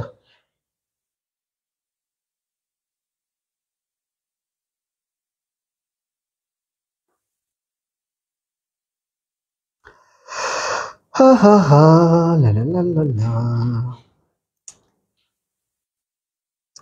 আজকে একটা গান, চন্না মেরে আ মেরে আ, চন্না মেরে আ মেরে আ, চন্না মেরে আ। চলো এরপরটাতে যাই, চলো এরপরটাতে কি বলছে? ল্যাকটিলের অবস্থান কোথায়? ল্যাকটিলের অবস্থান কোথায়? ওকে, খেয়াল করো, ল্যাকটিলের অবস্থান আমাদের যদি একটা কথা বলি, এই জায়গাতে বোঝানোর মতো কোনো কিছু নাই। সেটা হচ্ছে ল্যাকটিল জাস্ট এমন একটা জিনিস, যে জিনিসটাতে আমাদের মূলত এই যে চর্বিজাত খাবার, যেটা এই চর্বিজাত খাবারগুলো কিন্তু পরিপাকে একটা বেশ ভূমিকা পালন করে, এবং ল্যাকটিলটা অবস্থান করে যকৃত চর্বিজাতের সাথে সম্পৃক্ত নাই, অগ্নাশয় খুব বেশি সম্পৃক্ত নাই, পাকস্থলীর কথায় আসে না। চর্বিজাত খাবারের সাথে যদি একটা রিলেটেড থাকে, তাহলে রাইট অ্যান্সার হবে একমাত্র ল্যাকটিলের অবস্থান থাকে কোথায়? ক্ষুদ্রান্তে। ল্যাকটিলের অবস্থান থাকে কোথায়? ক্ষুদ্রান্তে। এবং এখানে যদি কাইলোমাইক্রন টাইক্রন আসে, তাহলে ল্যাকটিল, কাইলোমাইক্রন, এগুলো সবকিছু কিন্তু ক্ষুদ্রান্তেই কাজ করে। সবকিছু কোথায় কাজ করে বলতো? ক্ষুদ্রান্তে কাজ করে। ওকে, এটা মনে থাকবে। দেখি আমাকে রাইট অ্যান্সার কে দিচ্ছে। বিশের, বিশের রাইট অ্যান্সার কি হচ্ছে? ওয়াও, ভেরি গুড, অনেকে উত্তর দিচ্ছে বিশের রাইট অ্যান্সার, অনেকে উত্তর দিচ্ছে আর কি। এই কিসের গান, এত গান কিসের? কোনো বাংলা গান হবে না এখানে, সব আফ্রিকার গান হবে। আচ্ছা চলো, ফাহিম শাহরিয়ার, শ্রাবন্তী মজুমদার, আয়েশা সিদ্দিকা, শেরজুতি আক্তার, ভেরি গুড, সবাই ভালো উত্তর দিচ্ছে। এরপরের দিকে আমরা একটু চলে যাই আর কি, দেখি এরপরের দিকে আমরা যাবো হচ্ছে সুক্রেজ কি। দেখো, যে কোনো শব্দ শেষে এস যোগ করা মানে সেটা হচ্ছে কি একটা এনজাইম, এবং এটা হচ্ছে কোথাকার এনজাইম বলতো? সুক্রেজ। সুক্রেজ আমরা যদি চলে যাই, এটা আসে মূলত কই থেকে? এটা আসবে আমাদের, দেখো সেরোসা আসলো না, পিত্তরস আসলো না, আন্ত্রিক রস এবং গ্যাস্ট্রিক রস। দেখি কে জানাই উত্তরটা আর কি আমাকে। সুক্রেজ কই থেকে? আন্ত্রিক রস নাকি গ্যাস্ট্রিক, গ্যাস্ট্রিক জুস বা গ্যাস্ট্রিক রস থেকে আর কি। দেখি, সবাই জানো, সবাই জানো, এই দুইটার মধ্যে যে কোনো একটা উত্তর হবে, বলো। সবচেয়ে বেশি কিন্তু আসে অন্ত্র থেকে, তাহলে রাইট অ্যান্সারের সম্ভাবনা কিন্তু আন্ত্রিক রস বেশি। রাইট অ্যান্সারের সম্ভাবনা কই থেকে বেশি বলো তো? কোনটা থেকে? আন্ত্রিক রসে কিন্তু রাইট অ্যান্সার হওয়ার সম্ভাবনাটা বেশি। ওকে, তাহলে দেখি আর কি, সুক্রেজ, সুক্রেজ আসে মূলত আমাদের কই থেকে? আন্ত্রিক রস থেকে আর কি। ক্লিয়ার এতটুকু? আচ্ছা, 21 right answer, 21 right answer D না, 21 right answer B. Ayesha Siddiqua right answer দিচ্ছে, সাবরিনাটা ভুল উত্তর দিচ্ছে আর কি এই জায়গাতে। ওকে, আচ্ছা এরপরের দিকে দেখি, অপসর উত্তর দিয়েছে বি। হ্যাঁ, রাইট অ্যান্সার হচ্ছে বি। আচ্ছা সৌরভ, বাকি ক্লাসটা কন্ডাক্ট করে আসো, তোমরা দুজন মিলে কন্ডাক্ট করো একটু, আমার প্রচন্ড মুখের অবস্থা খারাপ। আমি গেলাম, তোমরা সবাই ভালো করে ক্লাস করো। হ্যালো, আমার কথা সবাই শুনতে পাচ্ছেন কিনা? আশা করি শোনা যাচ্ছে কথা। তো এর পরবর্তীতে আমি আর আমার দাদা তপুদা দুজনে মিলে ক্লাসটা কন্টিনিউ করতে থাকবো। আচ্ছা, পরবর্তী কোশ্চেন হচ্ছে কি, আমরা 22 নম্বর কোশ্চেন দেখতে পাচ্ছি। 22 নম্বর কোশ্চেন কি আছে? ক্ষুদ্রান্তের কোন স্তরে গবলেট কোষ থাকে? অবশ্যই কোশ্চেনটা প্রায় আমাদের সলভ করা হয়ে গেছে। তো আমরা দেখি হচ্ছে কি, 1 নম্বরে ক নম্বরে হচ্ছে অপশন আছে হচ্ছে সেরোসা, খ নম্বরে হচ্ছে মিউকোসা, গ নম্বরে হচ্ছে সাবমিউকোসা, এবং ঘ নম্বরে হচ্ছে মাস্কুলার রিস মিউকোসা। কারণ আপনারা উত্তরটা একটু জানান সবাই, দেখি।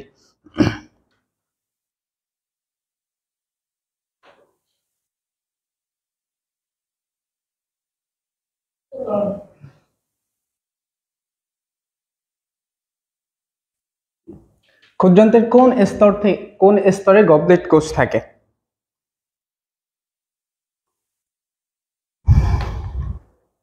আচ্ছা, আমরা উত্তর পাওয়া শুরু করছি, দাদা আপনি সলভ করতে পারেন এবার। আচ্ছা, তো ক্ষুদ্রান্তের যে স্তর আছে কয়টা মোট? ক্ষুদ্রান্তের স্তর হচ্ছে 5টা। আমরা কি কি জানি? Serosa, mucosa, submucosa, muscular mucosa এবং আরেকটা আছে, সেটা কি? সেটা হচ্ছে কি পেশি স্তর। তো এখানে বোঝার কিছু না, এখানে মুখস্থ করতে হবে যেটাকে বলে ঠাডা মুখস্থ। সেটা হচ্ছে ক্ষুদ্রান্তের কোন স্তর? মিউকোসা স্তর থেকে আমরা কি পাই? গবলেট কোষ গবলেট কোষ। ঠিক আছে, ক্ষুদ্রান্তের মিউকোসা স্তর থেকে। তাহলে যাই আমরা পরের প্রশ্নে চলে যাই।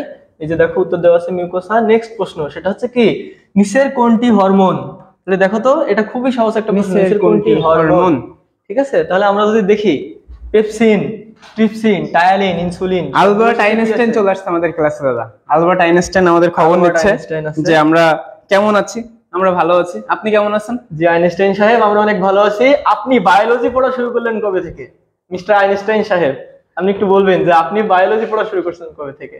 আচ্ছা ঠিক আছে। আচ্ছা, কোন হরমোন, কোন নিচের কোনটি হরমোন? আমরা যে পেপসিন, তারপর ট্রিপসিন, আমরা জানি কোন এনজাইমের শেষে, কোন এনজাইমের শেষে যদি কি থাকে, কোন এনজাইমের শেষে যদি তিনটা কথা থাকে, ইন, বিন এবং সিন, ইন, বিন এবং সিন, এই তিনটা যদি থাকে, তিনটার যে কোনো একটা টার্ম দ্বারা শেষ হয়, তাহলে সেটা হবে কি প্রোটিন পরিপাকের এনজাইম।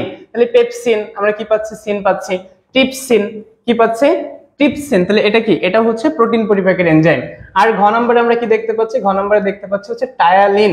টায়ালিন, এই টায়ালিন থাকে হচ্ছে কোথায়? টায়ালিন থাকে হচ্ছে মুখ গহ্বরে। মুখ গহ্বরে থাকে হচ্ছে কি টায়ালিন। আর এই ইনসুলিন, ইনসুলিন কোথা থেকে ক্ষরিত হয়? ইনসুলিন হচ্ছে ক্ষরণ হয় কোথা থেকে? ইনসুলিন ক্ষরণ হয় হচ্ছে অগ্ন্যাশয়ের আইলেটস অফ ল্যাঙ্গারেন্সের বেটা কোষ থেকে। ইনসুলিন কিসের পরিমাণ কমায়? কমেন্টে জানাতো তোমরা একটু যে ইনসুলিন কিসের পরিমাণ কমায়? ইনসুলিন কিসের পরিমাণ কমায়? ইনসুলিন হচ্ছে কিসের পরিমাণ কমায়? রক্তে গ্লুকোজ। ক নম্বর আছে হচ্ছে রেনিন, তারপর হচ্ছে খ নম্বর আছে টায়ালিন, গ নম্বর আছে প্রোরেনিন, ঘ নম্বর আছে হচ্ছে পেপসিন। নিচের কোনটি শর্করা পরিপাকের এনজাইম? নিচের কোনটি শর্করা পরিপাকের এনজাইম?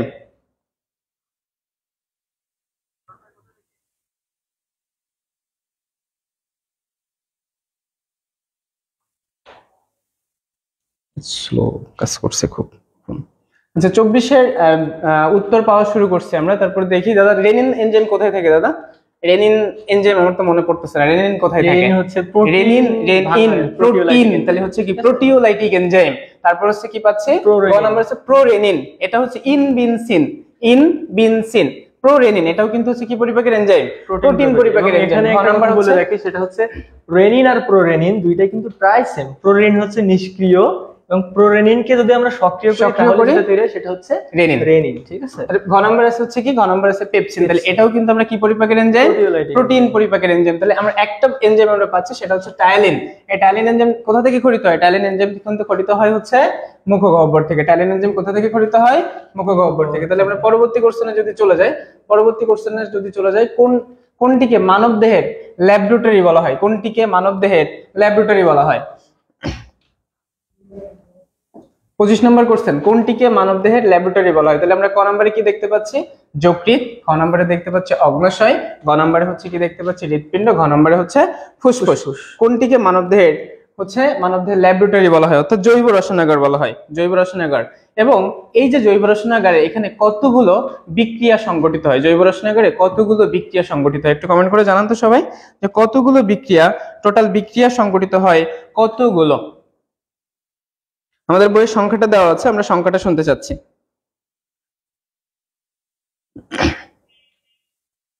আচ্ছা, আমরা সলভে চলে যাই। তো আমরা প্রথম দেখতে পাচ্ছি কি ক নাম্বার আছে যকৃৎ, খ নাম্বার আছে অগ্ন্যাশয়। অগ্ন্যাশয় হচ্ছে কি দাদা? অগ্ন্যাশয় একটা কি হচ্ছে? বহিঃক্ষরা গ্রন্থি নাকি অন্তঃক্ষরা গ্রন্থি? এটা কিন্তু অগ্ন্যাশয় হচ্ছে কিন্তু একটা মিশ্র গ্রন্থি। আমরা জানি কিন্তু আমাদের টোটাল বডিতে মানে মানব বডিতে ক্ষয়যুক্ত তিনটা কথা আছে। কি ক্ষয়যুক্ত তিনটা কথা আছে? ক্ষয়যুক্ত কয়টা কথা আছে দাদা? ক্ষয়যুক্ত একটা আছে ডিম্বাশয়, অগ্ন্যাশয় এবং শুক্রাশয়। ডিম্বাশয়, অগ্ন্যাশয় এবং শুক্রাশয়। ডিম্বাশয়, অগ্ন্যাশয় এবং হচ্ছে কি শুক্রাশয়, এবং হচ্ছে কি শুক্রাশয়। এই যে তিনটা ক্ষয়যুক্ত কথা, অর্থাৎ এই তিনটা হচ্ছে কিন্তু মিশ্র গ্রন্থি। কখনো কখনো যকৃৎ হতে পারে, কখনো কিন্তু যকৃৎ কিন্তু হচ্ছে মিশ্র গ্রন্থির মতন কাজ করে থাকে। আর দুইটা অপশন কি পাচ্ছি? মান অফ দ্য ল্যাবরেটরি, হৃৎপিণ্ড তো কখনোই হবে না। তারপর হচ্ছে ফুসফুস, এটা হচ্ছে কিন্তু ল্যাবরেটরি হবে না। তাহলে হচ্ছে কি মান অফ দ্য ল্যাবরেটরি হচ্ছে যকৃৎ, মান অফ দ্য ল্যাবরেটরি হচ্ছে যকৃৎ। যকৃৎ কতটি খণ্ডাংশের সমন্বয়ে গঠিত? যকৃৎ কতটি খণ্ডাংশের সমন্বয়ে গঠিত এবং সবচেয়ে বড় খণ্ডাংশটির নাম কি দাদা? সবথেকে বড় খণ্ডাংশটির নাম হচ্ছে কি?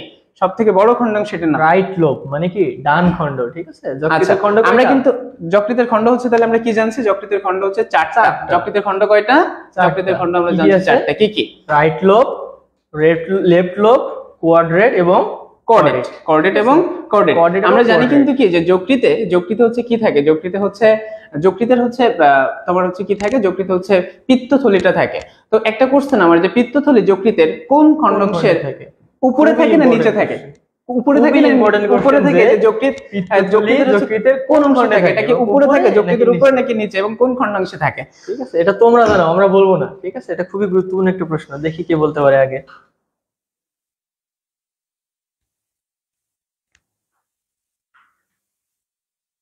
আচ্ছা, আমরা উত্তর পেয়ে গেছি। আমার প্রভাব উত্তর দিয়েছে হচ্ছে কি? প্রভাব উত্তর দিয়েছে হচ্ছে ডান খণ্ডাংশের নিচে। যকৃতের হচ্ছে কোন খণ্ডাংশের নিচে হচ্ছে পিত্তথলি থাকে? পিত্তথলি হচ্ছে যকৃতের চিত্র আমরা আঁকাচ্ছি। আমরা চিত্র আমরা দেখবো কেন? আমাদের তো যকৃতের হচ্ছে আছে আমাদের। তাহলে এটা হচ্ছে আমাদের যকৃৎ, এটা কোন পাশে থাকে জানো? ডান পাশে থাকে। ঠিক আছে, কোয়াড্রেট পিছনের দিকে থাকে। আচ্ছা, তাহলে দেখো রাইট লোবের ভিতরের দিকে, এই যে দেখতে পাচ্ছ, এই যে দেখো সুন্দর করে দেখো নীল কালারের, এটা কিন্তু হচ্ছে পিত্তথলি। ঠিক আছে, তাহলে রাইট লোবের ভিতরের অংশে মাঝামাঝি, নিচের দিকে, উপরের দিকে না কিন্তু নিচের দিকে। তাহলে দেখো তোমরা খুব সুন্দর করে দেখো, রাইট লোব ভিতরের অংশে নিচের দিকে মাঝামাঝি, এটা হচ্ছে কি? পিত্তথলি। ঠিক আছে, তাহলে আমরা আশা করি এটা কখনো পিত্তথলিতে দুই ধরনের লবণ থাকে। আমরা জানি যে লবণ হচ্ছে আমাদের ইমালসিফিকেশন প্রক্রিয়ায় আমাদের হচ্ছে স্নেহ জাতীয় খাদ্যের হচ্ছে সাবানের ফেনার মতন আর কি কণায় কণায় পরিণত করতেছে। আমাদের হচ্ছে পরবর্তী কোশ্চেন হচ্ছে মানে পিত্তথলিতে যে দুই ধরনের লবণ থাকে অর্থাৎ পিত্তরসে, সেই দুই ধরনের লবণ কি কি এবং তার নাম কি কি? আচ্ছা, তার পরবর্তী কোশ্চেন আমরা চলে যাই। আমরা উত্তর পেয়ে গেছি 25 নাম্বার। একটা কোশ্চেন থ্রো করছি আমরা কি, যে পিত্তথলিতে মানে পিত্তরসে দুই ধরনের লবণ থাকে, লবণ দুইটা কি কি? আচ্ছা, অ্যাপেন্ডিক্স নিম্নের কোনটির অংশ? অনেকবার আমরা এই উত্তরটা, এই কোশ্চেনটা আমরা দেখছি যে অ্যাপেন্ডিক্স নিম্নের কোনটির অংশ? এটা হচ্ছে সিকাম, এটা বলার কিছু নাই, এটা বলার কিছুই নাই। আমরা নেক্সট কোশ্চেনে চলে যাচ্ছি। নেক্সট কোশ্চেন হচ্ছে কি? নেক্সট কোশ্চেন, ইনসুলিন কি? ইনসুলিন একটি lipid, hormone, enzyme, vitamin. Insulin কি? ইনসুলিন কি বলো? ইনসুলিন কি? ইনসুলিনের কাজ কি বলো তো? ইনসুলিনের কাজ কি? তোমরা কি কেউ দেখছো? তোমাদের ওয়ালাইকুম আসসালাম। তোমাদের বাড়ি বয়স্ক যারা আছে তারা ইনসুলিন নেয় কেউ কেউ। তোমরা অবশ্যই দেখে থাকবে যে ইনজেকশন দেয়, হাতের এখানে ইনজেকশন দিতে হয়। ঠিক আছে, নাভিতেও দেয় অনেকে হচ্ছে নাভির চারিপাশে আর কি ইনসুলিনটা নিয়ে থাকে। ইনসুলিনটা কেন দেওয়া হয়? আচ্ছা আচ্ছা, আমরা সবাই জানি হচ্ছে সেটা কি, ব্লাডে গ্লুকোজের পরিমাণ কমানোর জন্য ইনসুলিন দেওয়া হয়। আচ্ছা, তাহলে ইনসুলিনটা কি? ইনসুলিনটা হচ্ছে একটা কি? আমরা উত্তর পেয়ে গেছি, যে আমরা একটা উত্তর পেয়েছি যে আমাদের যে পিত্ত রসে আর কি কয় ধরনের লবণ থেকে? দুই ধরনের লবণ। আমরা উত্তর পেয়েছি হচ্ছে সোডিয়াম গ্লাইকোলেট এবং সোডিয়াম ট্রোকোলেট, এবং সঠিক উত্তর সোডিয়াম গ্লাইকোলেট এবং সোডিয়াম ট্রোকোলেট। পরবর্তী কোশ্চেন আমরা চলে যাই। 28 নম্বর কোশ্চেন, পোস্টিকনালীর পেরিস্টালসিস নিয়ন্ত্রণ করে কে? পেরিস্টালসিস নিয়ন্ত্রণ করে কে? Cerebrum, cerebellum, medulla oblongata, pons. পোস্টিকনালীর পেরিস্টালসিস অর্থাৎ পেরিস্টালসিস প্রক্রিয়া, পেরিস্টালসিস প্রক্রিয়াটা কোথায় সংঘটিত হয় এবং এই পেরিস্টালসিস প্রক্রিয়ার কাজ কি? প্রথমত আমরা একটু দেখি কমেন্টে যে এই পেরিস্টালসিস প্রক্রিয়া, আমি দুইটা অপশন দিচ্ছি, এটা কি ক্ষুদ্রান্তে হয় নাকি বৃহদান্তে হয়, এবং পেরিস্টালসিস প্রক্রিয়ার ফলে আমাদের কি হচ্ছে? এটা কি ক্ষুদ্রান্তে? প্রথম কোশ্চেন, এটা কি ক্ষুদ্রান্তে হচ্ছে নাকি বৃহদান্তে হচ্ছে? কাজ নাকি সেরেবেলাম নাকি মেডুলা অবলঙ্গাটা নাকি পন্স?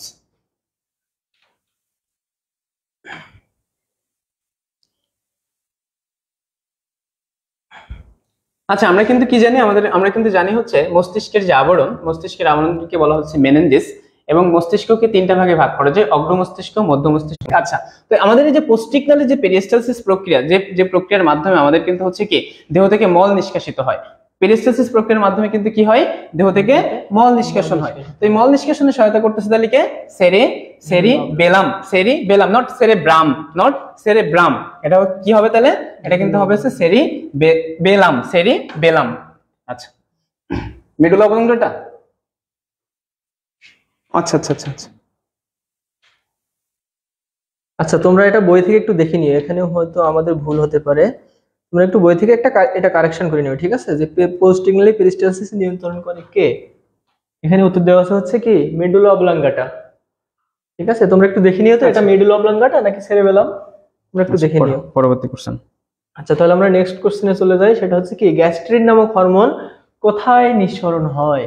তাহলে দেখো তো গ্যাস্ট্রিন, গ্যাস্ট্রিক বলে না, gastric acid secretion, gastrin. Gastric বললে আমরা কি জানি? আমরা বলি কি আমাদের পেটে গ্যাস হয়েছে, অ্যাসিডিটি হয়েছে। তাহলে আমরা কি জানি যে এই যে আমাদের কি এটা পাকস্থলী, ঠিক আছে, এই যে পাকস্থলী। তাহলে পাকস্থলী যে এখানে ফান্ডাস, এখানে কি তৈরি হয়? গ্যাস। আমরা যে গ্যাসটা হয় এটা কি ফান্ডিক গ্যাস। তাহলে দেখো তো গ্যাস্ট্রিন বা গ্যাস্ট্রিক অ্যাসিড যাই বলবে সেটা কি হবে? পাকস্থলী, ঠিক আছে, পাকস্থলী বা স্টোমাক। ইংলিশ টার্মটাও কিন্তু খুব গুরুত্বপূর্ণ, ঠিক আছে? তাহলে এই প্রশ্নের উত্তর কি? গ্যাস্ট্রিন নামক হরমোন কোথায় নিঃসরণ হয়? পাকস্থলী বা স্টোমাক, ঠিক আছে। তাহলে নেক্সট কোশ্চেনে চলে যাই আমরা। দেখো কোনটি টায়ালিনের কাজ স্থগিত করে দেয়? কোনটি টায়ালিনের কাজ স্থগিত করে দেয়? আচ্ছা, তোমরা আমাকে বলো তো টায়ালিন কোথায় কাজ করে? অবশ্যই সেটা পৌষ্টিকতন্ত্রেই কাজ করে, কিন্তু টায়ালিন কোথায় কাজ করে? মুখগহ্বরে নাকি পাকস্থলীতে নাকি ক্ষুদ্রান্ত্রে নাকি বৃহদন্ত্রে, কোথায় কাজ করে বলো তো? টায়ালিন কোথায় কাজ করে? টায়ালিন হচ্ছে কোথায়? মুখগহ্বরে কাজ করে, ঠিক আছে। মুখগহ্বরে টায়ালিন কি কাজ করে? শর্করা জাতীয় খাদ্যকে ভেঙে দেয়। তো আমরা জানি শর্করা জাতীয় খাদ্য কোথায় পরিপাক হয়? এক মুখগহ্বরে, তারপরে গিয়ে কোথায়? পাকস্থলীতে কি কোনো শর্করা জাতীয় খাদ্য পরিপাক হয়? হয় না। খাদ্যের পরিপাক হবে না কেন? পাকস্থলীতে শর্করা জাতীয় খাদ্য পরিপাক এনজাইম পাচ্ছি না, যেহেতু পাবো না পাকস্থলীতে, এজন্য শর্করা জাতীয় খাদ্যের কোনো পরিপাক হবে না। তাহলে দেখো তো কোনটি টায়ালিনের কাছ থেকে স্থগিত করে দেয়? পাকস্থলীতে গিয়ে দেখো আমরা কি HCl তৈরি হয়ে যাচ্ছে। তাহলে HCl যদি তৈরি হয়ে যায় তাহলে পাকস্থলীতে কি অ্যাসিডিটি তৈরি হবে, অ্যাসিডিক একটা পরিবেশ তৈরি হবে। এবং আমরা জানি যে কোনো এনজাইমের কাজ করার জন্য একটা নির্দিষ্ট পরিবেশ লাগে, ঠিক আছে, অ্যাসিডিক পরিবেশ, ক্ষারীয় পরিবেশ। এখন টায়ালিন যখন মুখে ছিল তখন কিন্তু মুখের পিএইচ এত কম না, পাকস্থলীতে যখন HCl সেক্রেশন হয়ে গেছে তখন কি পাকস্থলীতে পরিবেশটা কি হয়ে গেছে? অ্যাসিডিক হয়ে গেছে, এবং অ্যাসিডিক পরিবেশে টায়ালিন কাজ করতে পারে না, ঠিক আছে। এজন্য কি HCl এর কারণেই কি টায়ালিনের কাজ স্থগিত হয়ে যায়, ঠিক আছে। তাহলে দেখো আমরা নেক্সট কোশ্চেনে চলে যাই। যকৃতের ডিঅ্যামিনেশন প্রক্রিয়ায় কি উৎপন্ন হয়? ডিঅ্যামিনেশন। তো ডিঅ্যামিনেশন জিনিসটা কি? অর্থাৎ অ্যামিন মূলকের যদি অপসারণ করি তখন তাকে বলা হয় হচ্ছে ডিঅ্যামিনেশন প্রক্রিয়া। ডিঅ্যামিনেশন প্রক্রিয়া কিন্তু হচ্ছে কি, ডিঅ্যামিনেশন প্রক্রিয়া হচ্ছে এখানে কি হবে? ডিঅ্যামিনেশন প্রক্রিয়া হচ্ছে কি উৎপন্ন হয়? অ্যামোনিয়া, ইউরিয়া, পিত্তরস নাকি হচ্ছে সরল শর্করা? যকৃতের ডিঅ্যামিনেশন প্রক্রিয়ায় কি উৎপন্ন হয়? ডিঅ্যামিনেশন মানে কি?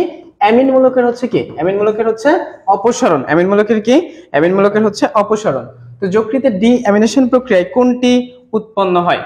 যকৃতের ডিঅ্যামিনেশন প্রক্রিয়া নিচের কোনটি উৎপন্ন হয়? 31 কোশ্চেনের উত্তর দিয়েছে কেউ? আমরা একটু উত্তরটা শুনতে চাচ্ছি। যকৃতের ডিঅ্যামিনেশন প্রক্রিয়ায় অ্যামোনিয়া তৈরি হবে নাকি ইউরিয়া তৈরি হবে? আমরা হচ্ছে বলছি ডিঅ্যামিনেশন প্রক্রিয়া। ডিঅ্যামিনেশন মানে কি? হচ্ছে অ্যামিন মূলকের অপসারণ। এবং এই যে অ্যামিন মূলকের অপসারণ যদি আমি করে দিই, এখান থেকে উৎপন্নটা হবে কি? উৎপন্ন হবে হচ্ছে যকৃতের ডিঅ্যামিনেশন প্রক্রিয়া উৎপন্ন হয় হচ্ছে ইউরিয়া। যকৃতের ডিঅ্যামিনেশন প্রক্রিয়া উৎপন্ন হয় কি? যকৃতের ডিঅ্যামিনেশন প্রক্রিয়া উৎপন্ন হয় হচ্ছে ইউরিয়া। এবং তার পরবর্তী কোশ্চেনে যদি আমরা চলে যাই, পরবর্তী কোশ্চেন আছে নিচে কোনটি খাদ্য পরিশোষণের একক? কোনটি খাদ্য পরিশোষণ অর্থাৎ খাদ্যকে শোষণ করতেছে? আমরা কিন্তু কি জানি? আমরা কিন্তু জানি হচ্ছে যে পাকস্থলীর পর থেকে হচ্ছে কি আমাদের ক্ষুদ্রান্তটা শুরু হয়। তো ক্ষুদ্রান্তের প্রাচীরে কি থাকে? ক্ষুদ্রান্তের প্রাচীরে থাকে হচ্ছে আঙুলের মতন কিছু প্রক্ষিপ্ত অংশ আমরা দেখতে পাই ক্ষুদ্রান্তের মধ্যে। তো এই ক্ষুদ্রান্তে একটা কোশ্চেনের উত্তর দাও তো তোমরা, যে ক্ষুদ্রান্তের দৈর্ঘ্য কত? ক্ষুদ্রান্তের দৈর্ঘ্য কত? এই যে ক্ষুদ্রান্তের মধ্যে যে আঙুলের মতন যে প্রক্ষিপ্ত অংশ আমরা দেখতে পাই, এই প্রক্ষিপ্ত অংশকে কিন্তু কি বলা হয়? এই প্রক্ষিপ্ত অংশকে বলা হয় হচ্ছে ভিলাই। এই প্রক্ষিপ্ত অংশকে কি বলা হয়? প্রক্ষিপ্ত অংশকে বলা হয় হচ্ছে ভিলাই বলা হয়। এই ভিলাইয়ের কাজ কি? এই ভিলাইয়ের কাজ হচ্ছে খাদ্যকে শোষণ করা। অর্থাৎ এই যে পৌষ্টিক নালী, এই পৌষ্টিক নালীর মধ্যে কি হচ্ছে? অর্থাৎ খাদ্যটার পরিপাক হয়ে গেল। খাদ্যর পরিপাক হয়ে গেলে এই জায়গায় কি খাদ্য, অর্থাৎ কি প্রস্তুতকৃত যে খাদ্য, এই প্রস্তুতকৃত খাদ্যের কিন্তু এখানে ঘনত্বটা বেড়ে যাচ্ছে। তো ঘনত্ব যখন বেড়ে যাবে, তখন ঘনত্ব বেড়ে গেলে তাহলে কি হচ্ছে? এখান থেকে ব্যাপন প্রক্রিয়ায়, কোন প্রক্রিয়ায়? ব্যাপন প্রক্রিয়া কিন্তু খাদ্যটা আমার হচ্ছে কি রক্তের সাথে মিশে যাবে এবং সেখান থেকে আমার প্রত্যেকটা কোষে চলে যাচ্ছে। তাহলে এই যে শোষণটা, অর্থাৎ পরিপাকৃত খাদ্যের যে শোষণ, এই খাদ্যের শোষণ করে থাকে কিন্তু খাদ্যের শোষণ করে থাকে কিন্তু ভিলাই। আর অ্যালভিওলার জিনিসটা কি? অ্যালভিওলার জিনিসটা হচ্ছে আমাদের ফুসফুসের গঠন এবং কার্যকরী একক। ফুসফুসের গঠন এবং কার্যকরী এককের নাম কি? ফুসফুসের গঠন এবং কার্যকরী এককের নাম হচ্ছে অ্যালভিওলাস। অ্যালভিওলাস। সিকাম হচ্ছে কি? সিকাম কি? সিকাম হচ্ছে কিসের অংশ? সিকাম হচ্ছে ডিওডেনামের অংশ। এবং ট্র্যাকিয়া, ট্র্যাকিয়া বা হচ্ছে কি ট্র্যাকিয়া বা শ্বাসনালী, সরি সিকাম হচ্ছে কি বৃহদন্ত্রের অংশ। সিকাম কিসের অংশ?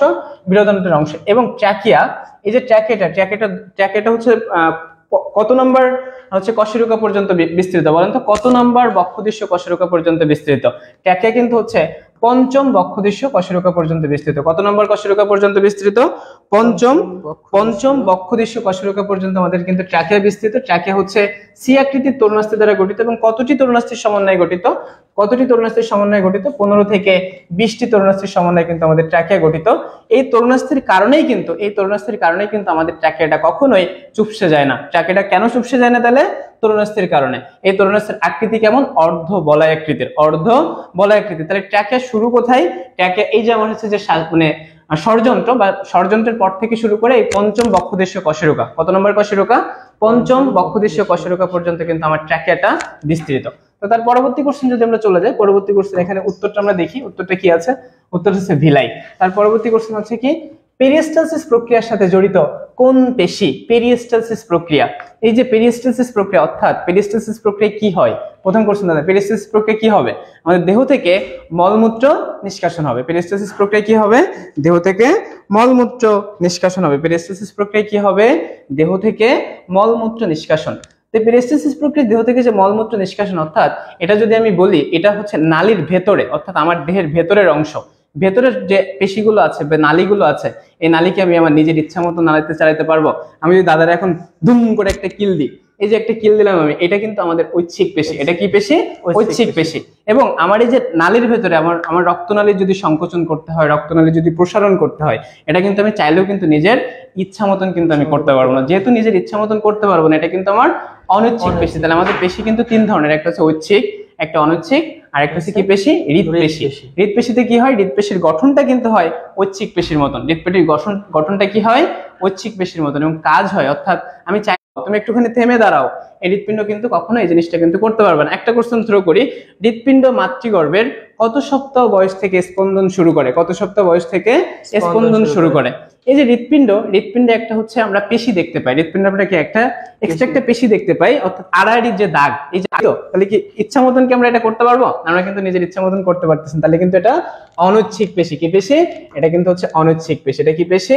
অনৈচ্ছিক পেশি। এটা ঐচ্ছিক পেশি। দাদাকে যদি আমি একটা কিল দিই, তাহলে এটা কি আমার নিজের ইচ্ছা মতন হলো? তাহলে এটা কিন্তু কি?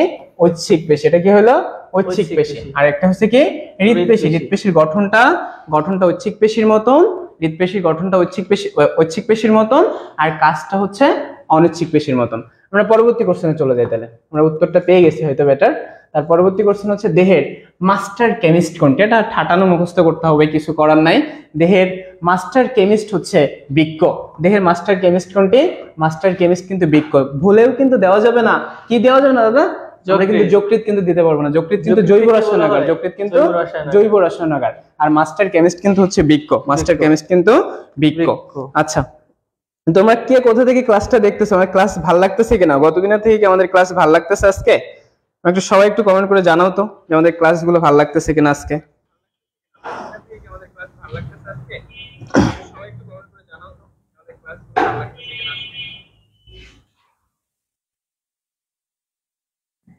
কে কোথা থেকে দেখছো এবং হচ্ছে ক্লাস ভালো লাগছে কিনা? কে কোথা থেকে দেখছো এবং হচ্ছে ক্লাস ভালো লাগছে কিনা?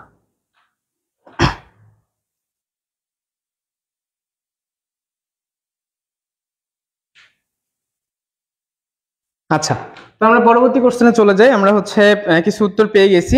আয়েশা সিদ্দিকা বলছে ভালো লাগছে, তারপর হচ্ছে প্রভা বলছে ভালো লাগতেছে। আচ্ছা, তার পরবর্তী কোশ্চেন আমরা যদি চলে যাই, পরবর্তী কোশ্চেন আমরা কি দেখতে পাচ্ছি?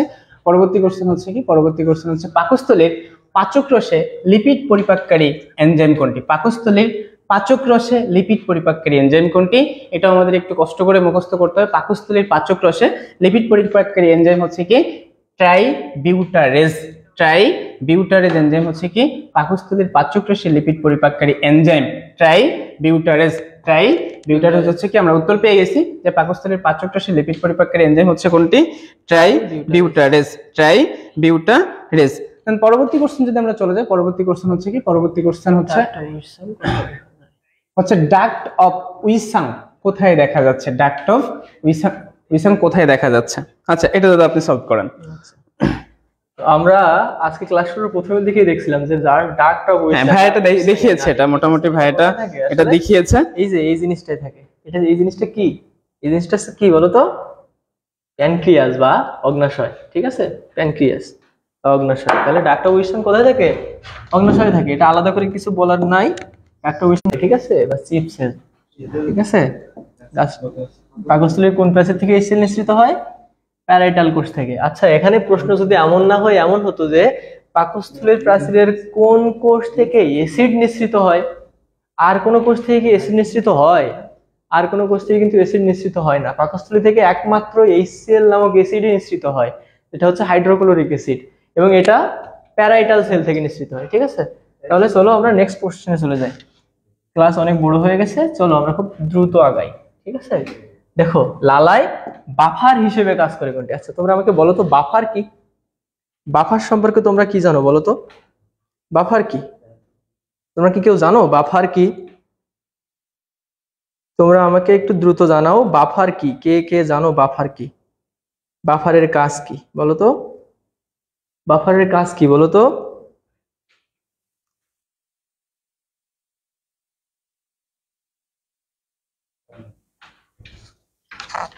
সাবরি ইয়াসমিন বলছে জানি না ভাইয়া। আচ্ছা, দাদা আমরা কিন্তু আজকে 1000 ক্লাসে কিন্তু হচ্ছে 1000 কমেন্ট চাই মিনিমাম আছে, কিন্তু আমাদের এখনো অনেকটুকু ক্লাস আমাদের বাকি আছে। আমরা কিন্তু কতটুকু হচ্ছে আমরা 1000 মিনিমাম হচ্ছে 1000 কমেন্ট চাই আজকে ক্লাসে। তো হচ্ছে কি আমাদের লালারসের বাফার হিসেবে কাজ করে কোনটি? আমরা লালারসের বাফার। সাদিয়া আফরিন প্রভা লিখছো পিএইচ এর মান নিয়ন্ত্রণ। ধন্যবাদ তোমাকে, খুব সুন্দর উত্তর দিয়েছো। তারপরে কে লিখছে এটা? আবু তাসলিম লিখছো সামান্য অ্যাসিড বেজ অ্যাড করলে নো চেঞ্জ। খুব সুন্দর তোমরা বলছো। তাহলে কি বাফার হচ্ছে কি পিএইচ এর একটা মান, নির্দিষ্ট মান, সেটা নিয়ন্ত্রণ করে কে? বাফার। ঠিক আছে, তাহলে লালারস থেকে আমাদের কি আসে? লালারস থেকে আসে কি টায়ালিন এবং মল্টেস। তাহলে লালার বাফার হিসেবে কাজ করবে কে? দেখো তো লালার বাফার হিসেবে কাজ করে কে?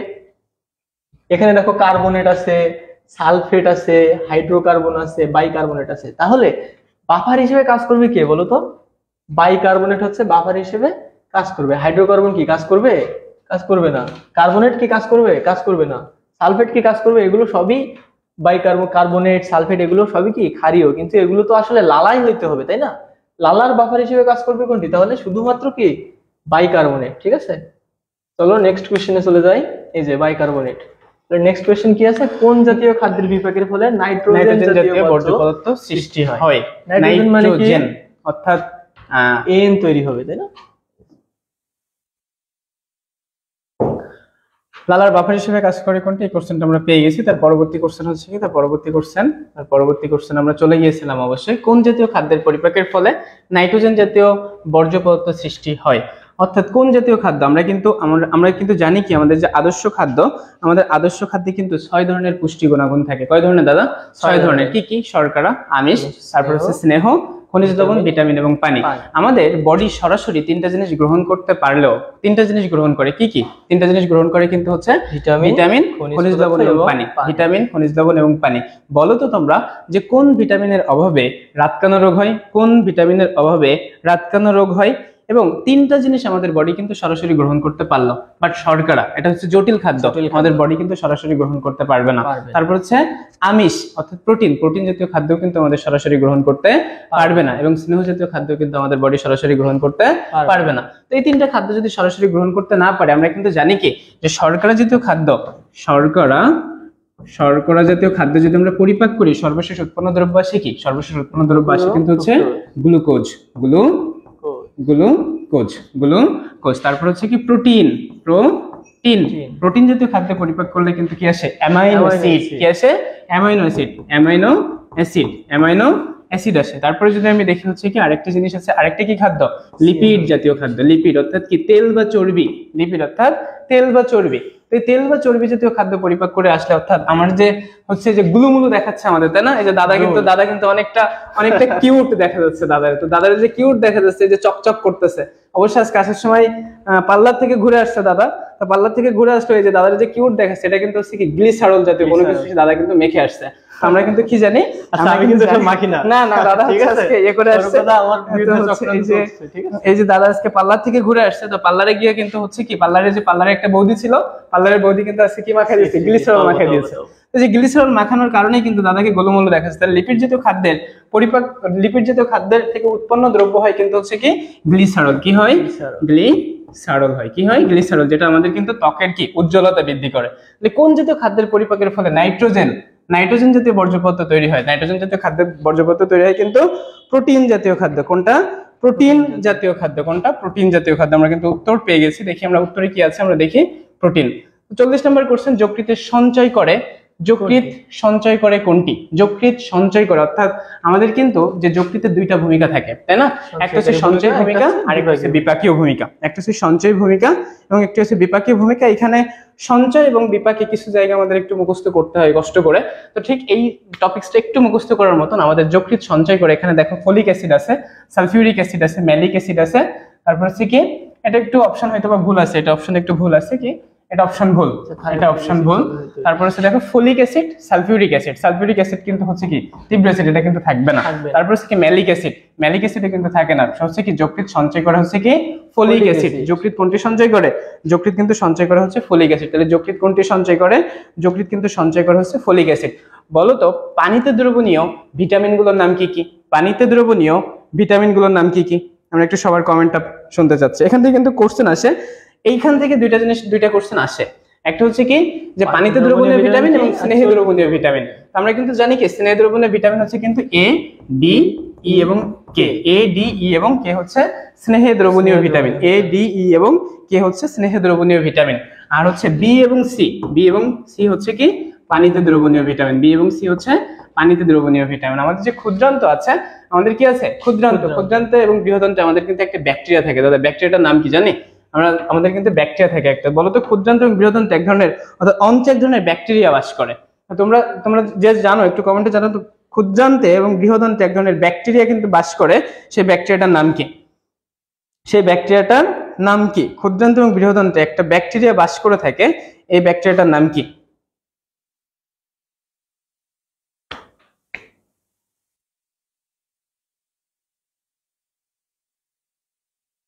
ক্ষুদ্রান্ত এবং বৃহদান্তে এক ধরনের ব্যাকটেরিয়া বাস করে, আমরা কিন্তু সেই নামটা শুনতে চাচ্ছি। ক্ষুদ্রান্ত এবং হচ্ছে বৃহদান্তে এক ধরনের ব্যাকটেরিয়া থাকে, ইকোলাই ব্যাকটেরিয়া থাকে। কোন ব্যাকটেরিয়া থাকে? ইকোলাই ব্যাকটেরিয়া বাস করে। তাহলে তার পরবর্তী কোশ্চেনে যদি আমরা চলে যাই, পরবর্তী কোশ্চেন হচ্ছে কি, আমরা উত্তর পেয়ে গেলাম এটা ফলিক অ্যাসিড। নিচের কোনটি জটিল? আচ্ছা, প্রথম আছে কি লিমিট, ডেক্সটিন, মল্টোজ এবং স্টার্চ। নিচের কোনটা অর্থাৎ জটিল খাদ্য? অর্থাৎ আমরা ডিরেক্ট খাচ্ছি কোন খাদ্য, তাই তো? যে আমরা কোন খাদ্য খাচ্ছি, কোন খাদ্য খেয়ে থাকতেছি, অর্থাৎ সরাসরি আমি গ্রহণ করতেছি, সেটাকে আমরা জটিল খাদ্য বলতেছি। এখানে জটিল খাদ্য কোনটি? হচ্ছে লিমিট, ডেক্সটিন, মল্টোজ, স্টার্চ। কোনটি হচ্ছে জটিল খাদ্য?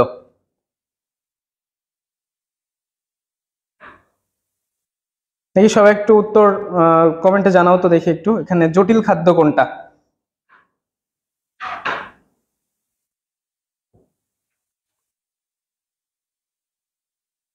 এখানে কিন্তু হচ্ছে কি মল্টোট্রায়োজ। এটা এই যে মল্টোট্রায়োজ, এই মল্টোট্রায়োজটা কিন্তু হচ্ছে কি খাদ্য হচ্ছে কি পরিপাক করে, অর্থাৎ জটিল খাদ্যকে পরিপাক করলে আমরা কি পাই?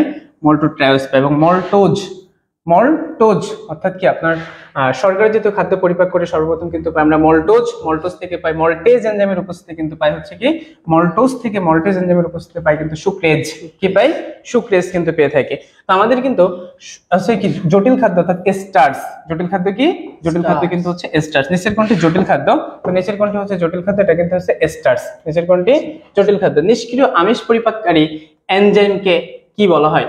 নিষ্ক্রিয় আমিষ পরিপাককারী এনজাইমকে কি বলে দাদা?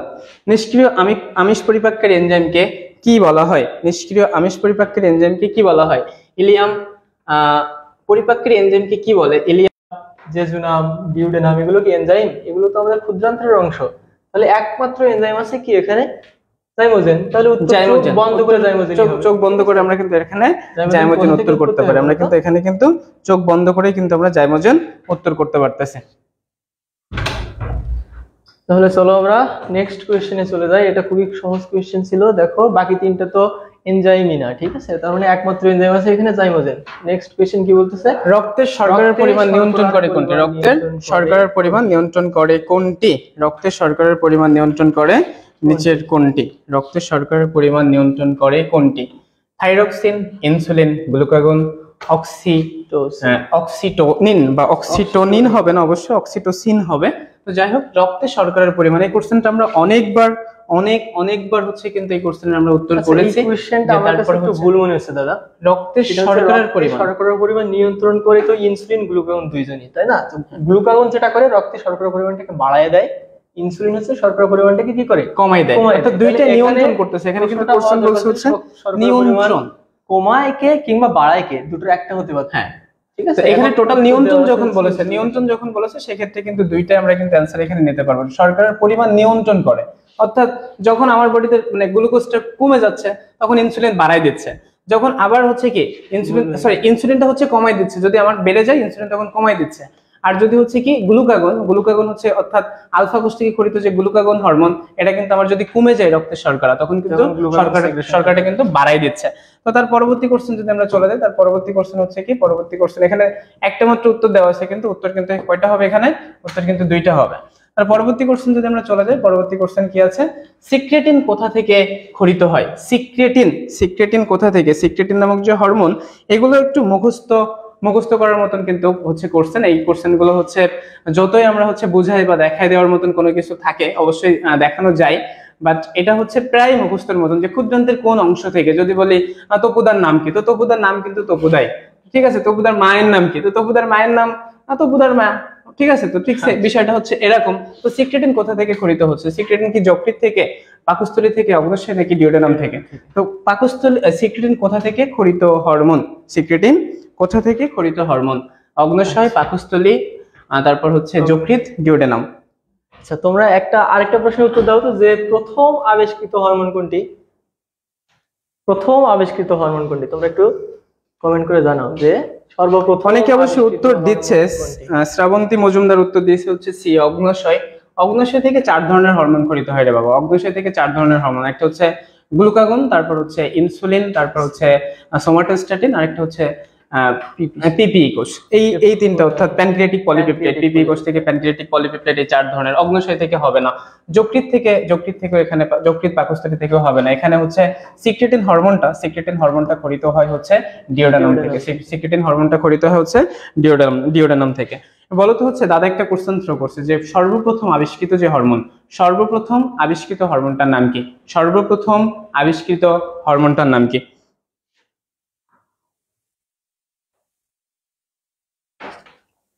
সর্বপ্রথম আবিষ্কৃত হরমোনটার নাম কি? সর্বপ্রথম আবিষ্কৃত হরমোনটার নাম কি?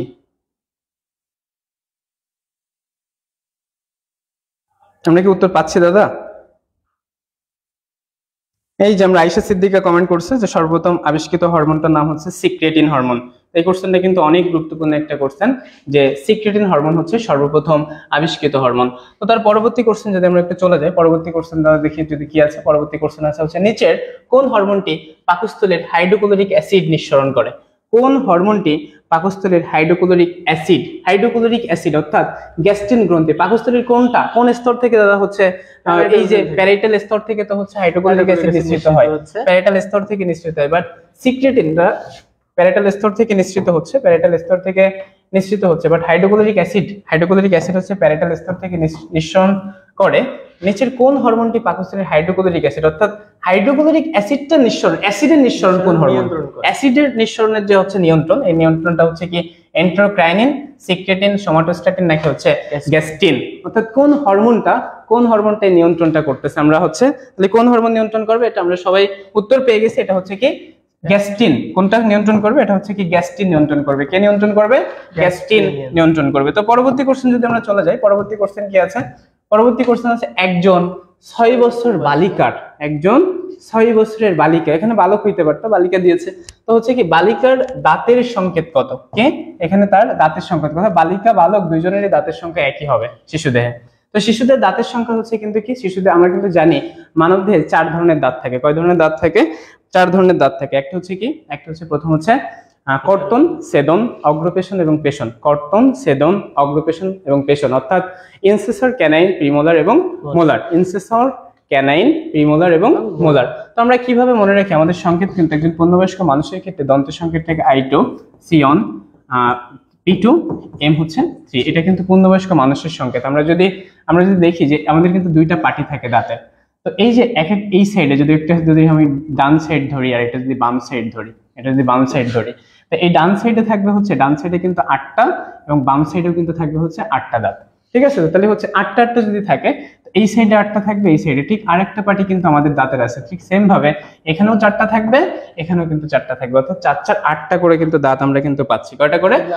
এখানেও হ্যাঁ, এখানেও 8টা থাকবে, এখানেও 8টা থাকবে, তাহলে হচ্ছে 8 8, এখানেও পাচ্ছি হচ্ছে কি 16টা, এখানেও পাচ্ছি কিন্তু 16টা। অর্থাৎ এখানে কিভাবে টোটাল দাঁত সংখ্যা হবে কিন্তু, তাহলে হচ্ছে কি টোটাল দাঁত সংখ্যা হবে এখানে 2 দ্বারা যদি গুণ করি 16টা, নিচের পাটিতে দাঁত হচ্ছে 16টা, নিচের পাটিতে দাঁত হচ্ছে 16টা।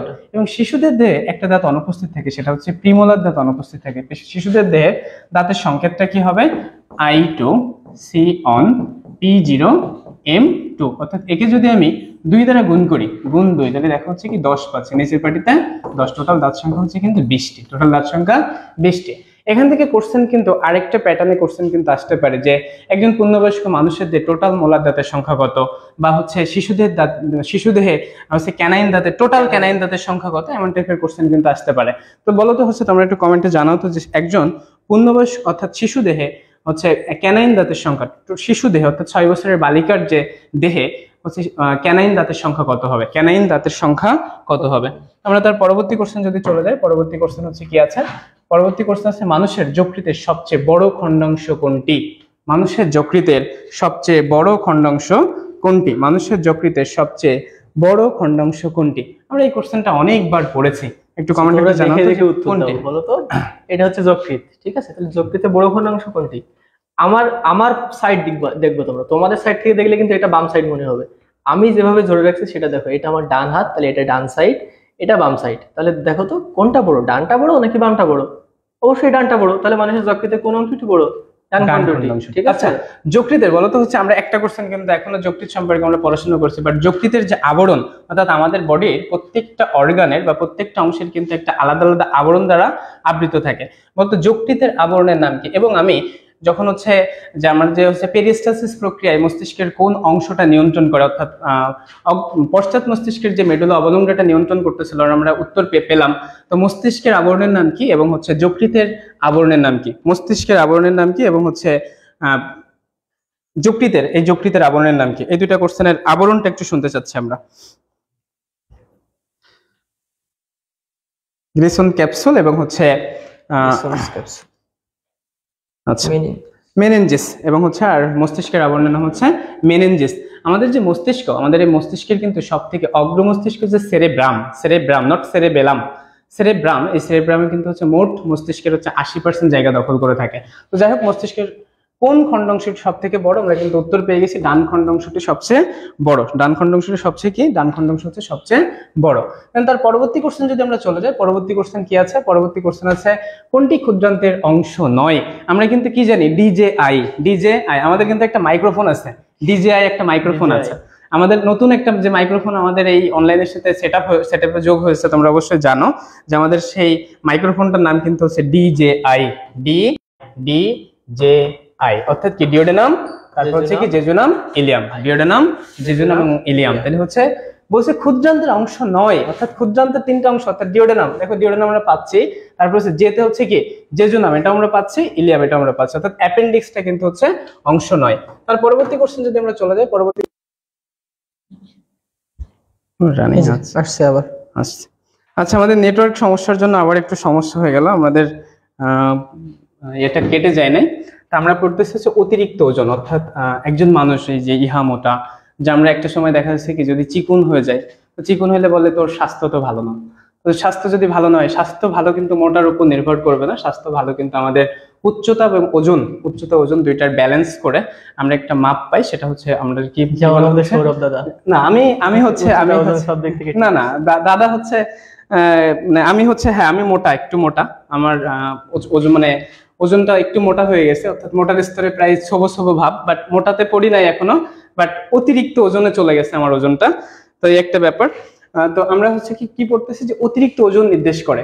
তো এই যে ওজনের কারণে, অতিরিক্ত ওজনের কারণে কিন্তু একটা ডায়াবেটিস হয়ে থাকে, কিন্তু আমরা জানি যে চিকিৎসা বিজ্ঞানে যে চিকিৎসাকে কি বলা হয়, চিকিৎসাকে এই যে ওজনের যে একটা চিকিৎসা আছে, চিকিৎসাকে কি বলে বলতো? আর একটা ডায়াবেটিস হয়ে থাকে, মানে ডায়াবেটিসের দুইটা টাইপ হয়, একটা হচ্ছে টাইপ 1 ডায়াবেটিস আর একটা হচ্ছে টাইপ 2 ডায়াবেটিস। এই মোটার কারণে কোন ধরনের ডায়াবেটিস হয়ে থাকে, যে মোটার কারণে কোন ধরনের ডায়াবেটিস হয়ে থাকে। এবং দেখো নিচের কোনটি অতিরিক্ত ওজন নির্দেশ করে, নিচের কোনটি অতিরিক্ত ওজন নির্দেশ করে। আমরা কিন্তু কি জানি 18 যদি আর কি থাকে, 18 যদি নিচে হয়, 18 যদি কম হয়, 18 যদি কমে যায়, তাহলে হচ্ছে কি, অর্থাৎ আমি হচ্ছে চিকনা, ঠিক আছে, অর্থাৎ আমি হচ্ছে চিকন। এবং অর্থাৎ যদি কম হয়, কি হয়, 18 কম হলেই হবে হচ্ছে চিকন। এবং 18 উপরে যদি, অর্থাৎ 18 থেকে কত হবে, 18 থেকে হচ্ছে 18 থেকে 24.99 পর্যন্ত, 24 মজার ব্যাপার হচ্ছে সব জায়গায় কিন্তু পাস করে বাড়তেছে, সব জায়গায় কি করে বাড়তেছে, পাস করে বাড়তেছে। তাহলে 24.99 এটা হচ্ছে কিন্তু স্বাভাবিক ওজন। এবং 25 থেকে হচ্ছে 29.99 পর্যন্ত কিন্তু হচ্ছে অতিরিক্ত ওজন, অর্থাৎ এটা কিন্তু অতিরিক্ত ওজন। তাহলে আমরা কি অতিরিক্ত ওজন চাচ্ছি। এবং তাহলে হচ্ছে 30-এর পর থেকে, 30-এর পর থেকে হচ্ছে তাহলে কত হবে, 34.99। এটা কিন্তু হচ্ছে প্রথম স্তর। কোন স্তর? প্রথম স্তর। এবং 35 থেকে হচ্ছে কত, 35 থেকে হচ্ছে 39.99, এটা হচ্ছে কি দ্বিতীয় স্তর। এটা কোন স্তর? মোটার হচ্ছে দ্বিতীয় স্তর, এটা হচ্ছে মোটার দ্বিতীয় স্তর। এবং 40 থেকে হচ্ছে কত, 40 থেকে হচ্ছে 44.99, এটা হচ্ছে তৃতীয় স্তর। এবং 45 থেকে শুরু করে 45 থেকে 100 পর্যন্ত, এটা হচ্ছে মরবিড স্থূলতা। কি বলা হচ্ছে? মরবিড স্থূলতা। এটাকে কি বলা হচ্ছে? মরবিড স্থূলতা। এটাকে কি বলা হচ্ছে? মরবিড স্থূলতা। এইখান থেকে কিন্তু একটা এমসিকিউ, 100% আমরা ধরতে পারি যে এই রেঞ্জ থেকে, অর্থাৎ এই ছক থেকে কিন্তু একটা এমসিকিউ দাদা সবসময় এসে থাকে, তাই তো নাকি দাদা? এখান থেকে কিন্তু আমরা একটা এমসিকিউ কিন্তু সবসময় পেয়ে থাকি। তারপর হচ্ছে কাফার সেল। প্রশ্নটা হবে কাফার সেল কোথায় পাওয়া যায়? প্লীহা, মস্তিষ্ক, যকৃৎ, অগ্ন্যাশয়। প্লীহা, মস্তিষ্ক, যকৃৎ, অগ্ন্যাশয়। কাফার সেল কোথায় পাওয়া যায়? আচ্ছা, আমাদের কি 1000 কমেন্ট দাদা হয়েছে টোটালি? আমাদের টোটাল কমেন্ট কি 1000 হয়েছে দাদা? না,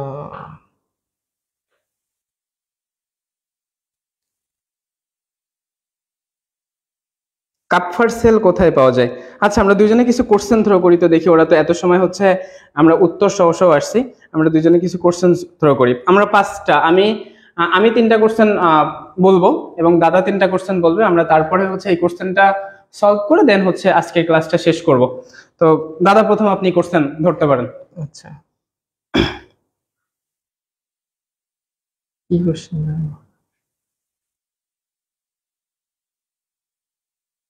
আচ্ছা, আমি প্রথমটা ধরতেছি। লালারসের পিএইচ কত? লালারসের পিএইচ কত? একটু কমেন্টে জানাতো যে লালারসের পিএইচ কত? লালারসের পিএইচ কত? এই কোশ্চেনটা কিন্তু অনেকবার আসছে। লালারসের পিএইচ কত? লালারসের পিএইচ হচ্ছে 6.2 থেকে 7.6। 6.2 থেকে 7.6, হ্যাঁ উত্তর ঠিক আছে। লালারসের পিএইচ হচ্ছে 6.2 থেকে 7.6। আচ্ছা, তো লালা তাহলে হচ্ছে কিছুটা হচ্ছে মানে সব থেকে বেশিরভাগ হচ্ছে অম্লীয়, বাট কিছু সময় হচ্ছে অর্থাৎ হালকা ক্ষারীয় স্বভাবের কিন্তু আচরণ করে থাকে, তাই না? তো তার পরবর্তীতে যদি আমি একটা কোশ্চেন ধরি, তার পরবর্তী কোশ্চেন হচ্ছে একজন পূর্ণবয়স্ক মানুষ প্রতিদিন কত লিটার গ্যাস্ট্রিক জুস ক্ষরণ করে? একজন পূর্ণবয়স্ক মানুষ প্রতিদিন কত লিটার গ্যাস্ট্রিক জুস ক্ষরণ করে? আমার অপশন হচ্ছে 1 লিটার থেকে শুরু করে 100 লিটার পর্যন্ত, এর মধ্যে কোনটা হবে?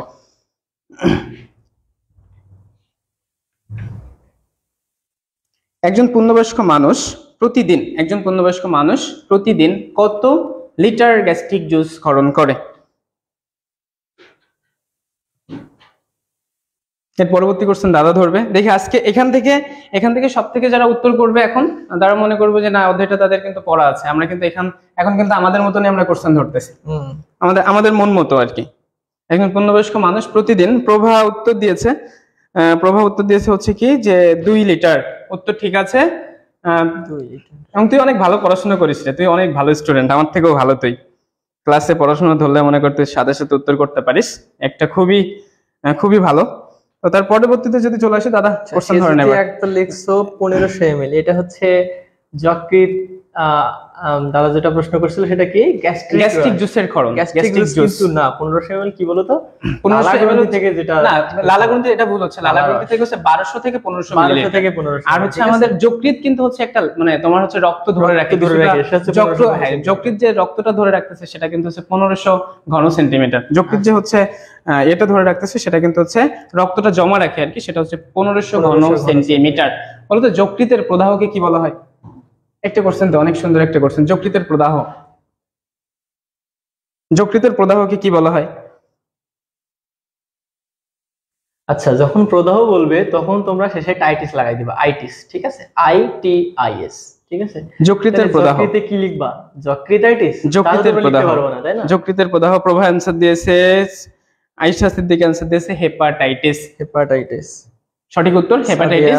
আমরা কিন্তু জানি হচ্ছে কি যে হেপাটাইটিসের টোটাল ধরন কয়টা? হেপাটাইটিসের টোটাল ধরন কিছু হচ্ছে 5টা হেপাটাইটিসের ধরন হয়ে থাকে।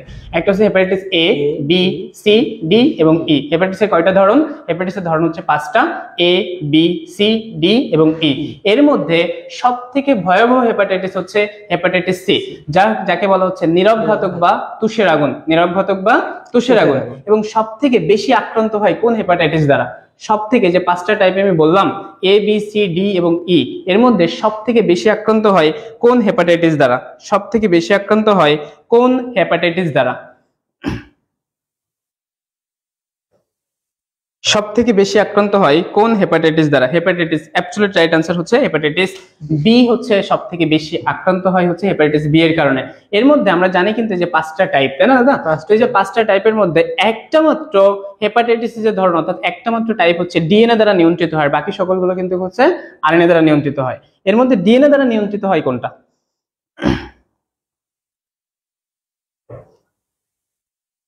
হেপাটাইটিস বি, মিথিলা জান্নাত। হেপাটাইটিস বি হচ্ছে কি দ্বারা আক্রান্ত হয়? হেপাটাইটিস বি হচ্ছে ডিএনএ দ্বারা আক্রান্ত হয়। কি দ্বারা আক্রান্ত হয়? ডিএনএ দ্বারা আক্রান্ত হয়। এবার দাদা আপনি কোশ্চেন ধরেন। আমার প্রথম প্রশ্ন এটা হচ্ছে, আমাদের ইউরিয়া তৈরি হচ্ছে, এই ইউরিয়াটা চক্রের মাধ্যমে তৈরি হচ্ছে, এই চক্রটার নাম কি? হ্যাঁ, ইউরিয়াটা একটা চক্রের মাধ্যমে। ইউরিয়া উৎপন্নকারী কোন চক্রের মাধ্যমে উৎপন্ন হয় ইউরিয়াটা? ইউরিয়া কোন চক্রের মাধ্যমে উৎপন্ন হয়? দ্রুত জানাও দেখি। আমি বলে দিচ্ছি, আমি আর একটু সহজ করে দিই। ইউরিয়া তৈরি হয়, কিন্তু আমি কিন্তু এই কোশ্চেনটা অনেক ভুল করতাম যে ইউরিয়া কোথায় তৈরি হয়। আমি কিন্তু বলতাম হচ্ছে বৃক্কে, বাট নট, বৃক্কে কিন্তু না। ইউরিয়াটা তৈরি হয় কিন্তু কোথায়? ইউরিয়া তৈরি হয় কিন্তু যকৃতে। ইউরিয়া কোথায় তৈরি হয়? ইউরিয়া কিন্তু যকৃতে। বৃক্কে কিন্তু ইউরিয়া তৈরি হয় না। বৃক্কে কিন্তু হচ্ছে কি মূত্র তৈরি করে, অর্থাৎ মূত্রকে সেকে অর্থাৎ পরিশোধন করে ফেলতেছে। বৃক্কের কাজ কিন্তু পরিশোধন করা, বাট হচ্ছে ইউরিয়া তৈরি করা কিন্তু বৃক্কের কাজ না। বৃক্কের কাজ কিন্তু তাহলে কার? বৃক্কের কাজ হচ্ছে কার? বৃক্কের কাজ হচ্ছে যকৃৎ। যকৃতের কোন চক্রে ইউরিয়া তৈরি হয়? অর্নিথিন চক্রে। কোন চক্রে ইউরিয়া তৈরি হয়? অর্নিথিন চক্রে। আচ্ছা, আমরা অনেকে উত্তর পেয়ে গিয়েছি। তো তারপরে যদি তার পরবর্তী দাদা একটা কোশ্চেন, আপনি একটা ধরবেন, তারপর আমি একটা ধরবো। আচ্ছা, তোমরা আমাকে বলো যে লিভারে বা যকৃতে কোন প্লাজমা প্রোটিন সংশ্লেষণ হয় না? ঠিক আছে, লিভারে একটা মাত্র প্লাজমা প্রোটিন আছে যেটা সংশ্লেষণ হয় না, বাকি সবকিছুই সংশ্লেষণ হয়। আমি জানতে চাচ্ছি সেই প্লাজমা প্রোটিনটা কি, মানে সেই বিখ্যাত ব্যক্তিটাকে যাকে লিভার সংশ্লেষণ করতে পারে না। ঠিক আছে, বলো দেখি লিভারে কোন প্লাজমা প্রোটিন সংশ্লেষণ হয় না? দ্রুত জানাও, দ্রুত শেষ করে দেবো, লাইভ এখনই শেষ করে দেবো। এই তো আমরা 10টা পর্যন্ত থাকবো, তেমন একটা মনে করতেছি যে শুরু করছে 8টায়, 2 ঘন্টা একটা আর 5-6 মিনিট আছে, তো 5-6 মিনিট আমরা একটু বকাবকি করি। গামা-গ্লোবিউলিন, অপসরা।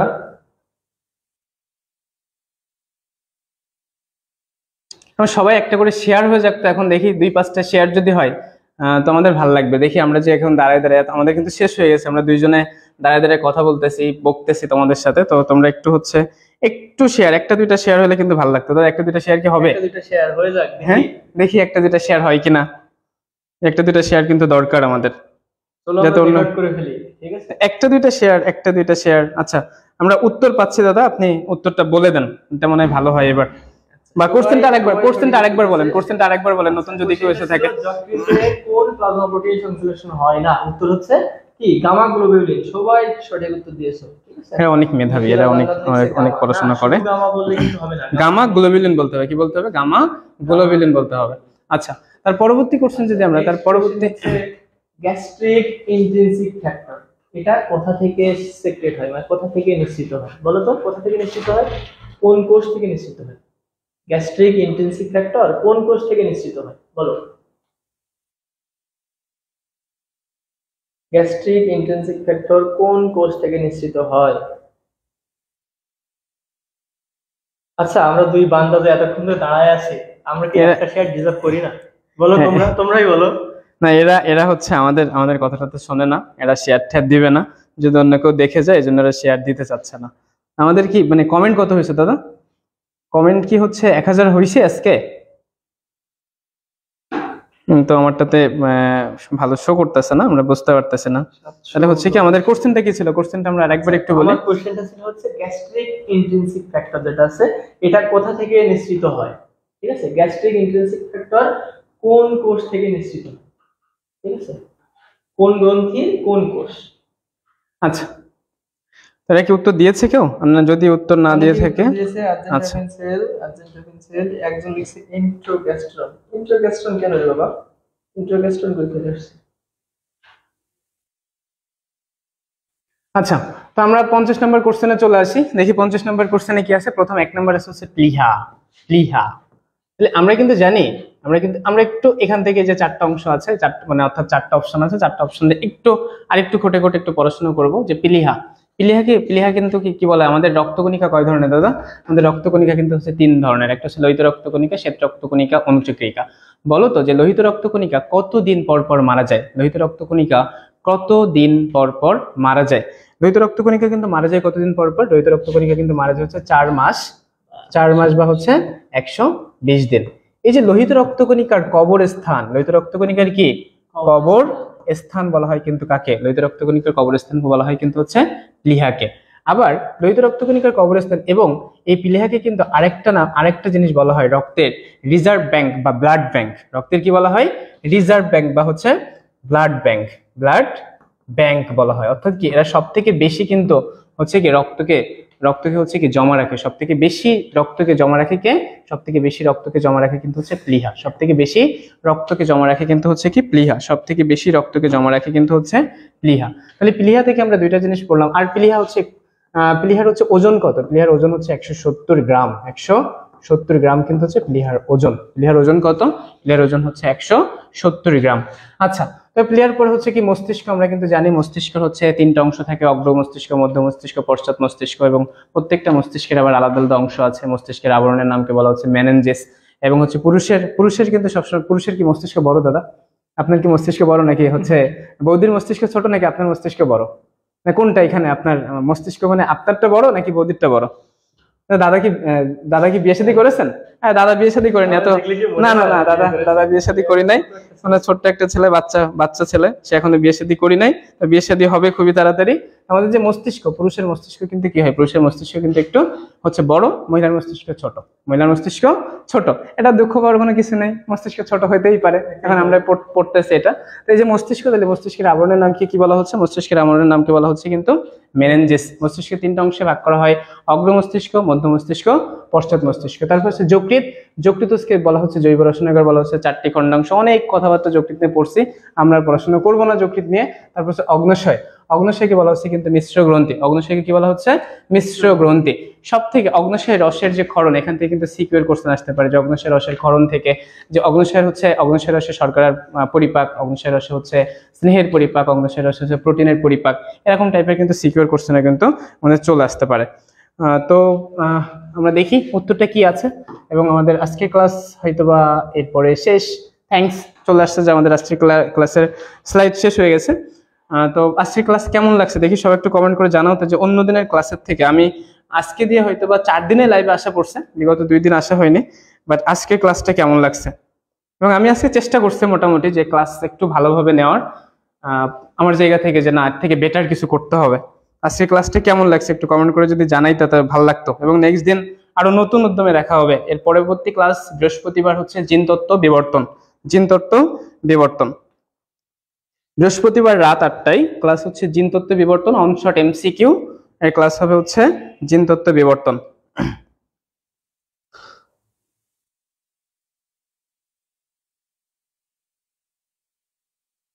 তো ক্লাস কেমন লাগছে, কে কোথা থেকে দেখছো দেখি একটু, কে কোথা থেকে এখনো আমরা দেখতে পাচ্ছি 20 জন মতন দেখতেছে। তো এই যে কে কোথা থেকে দেখছো এবং ক্লাস কেমন লাগছে এবং তোমাদের জন্য আমরা কি কি করতে পারি, আর একটু কি কি করতে পারি এসএসসি 24 পরীক্ষার আগে আমরা আর কি কি করতে পারি।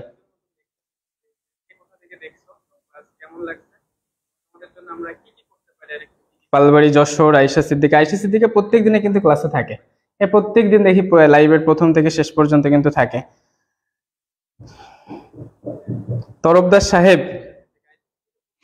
যশোর আশ্রম রোড, দাদার বাসার পাশে, দাদাও কিন্তু আশ্রম রোডে এখানে থাকে, দাদাও কিন্তু আশ্রম রোডে থাকে। নীলগঞ্জ, তাঁতিপাড়া যশোর সদর, তারপর হচ্ছে রোকেয়া সুলতানা, পালবাড়ি, যশোর।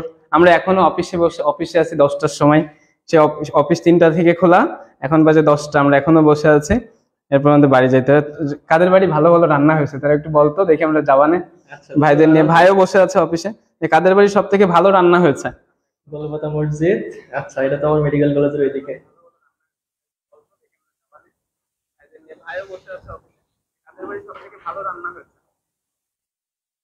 আচ্ছা তোমরা যাওয়ার আগে একটা প্রশ্ন উত্তর দাও তো আমার, এই যে প্লিহা আমরা বললাম, প্লিহার ইংলিশ কি কেউ জানো?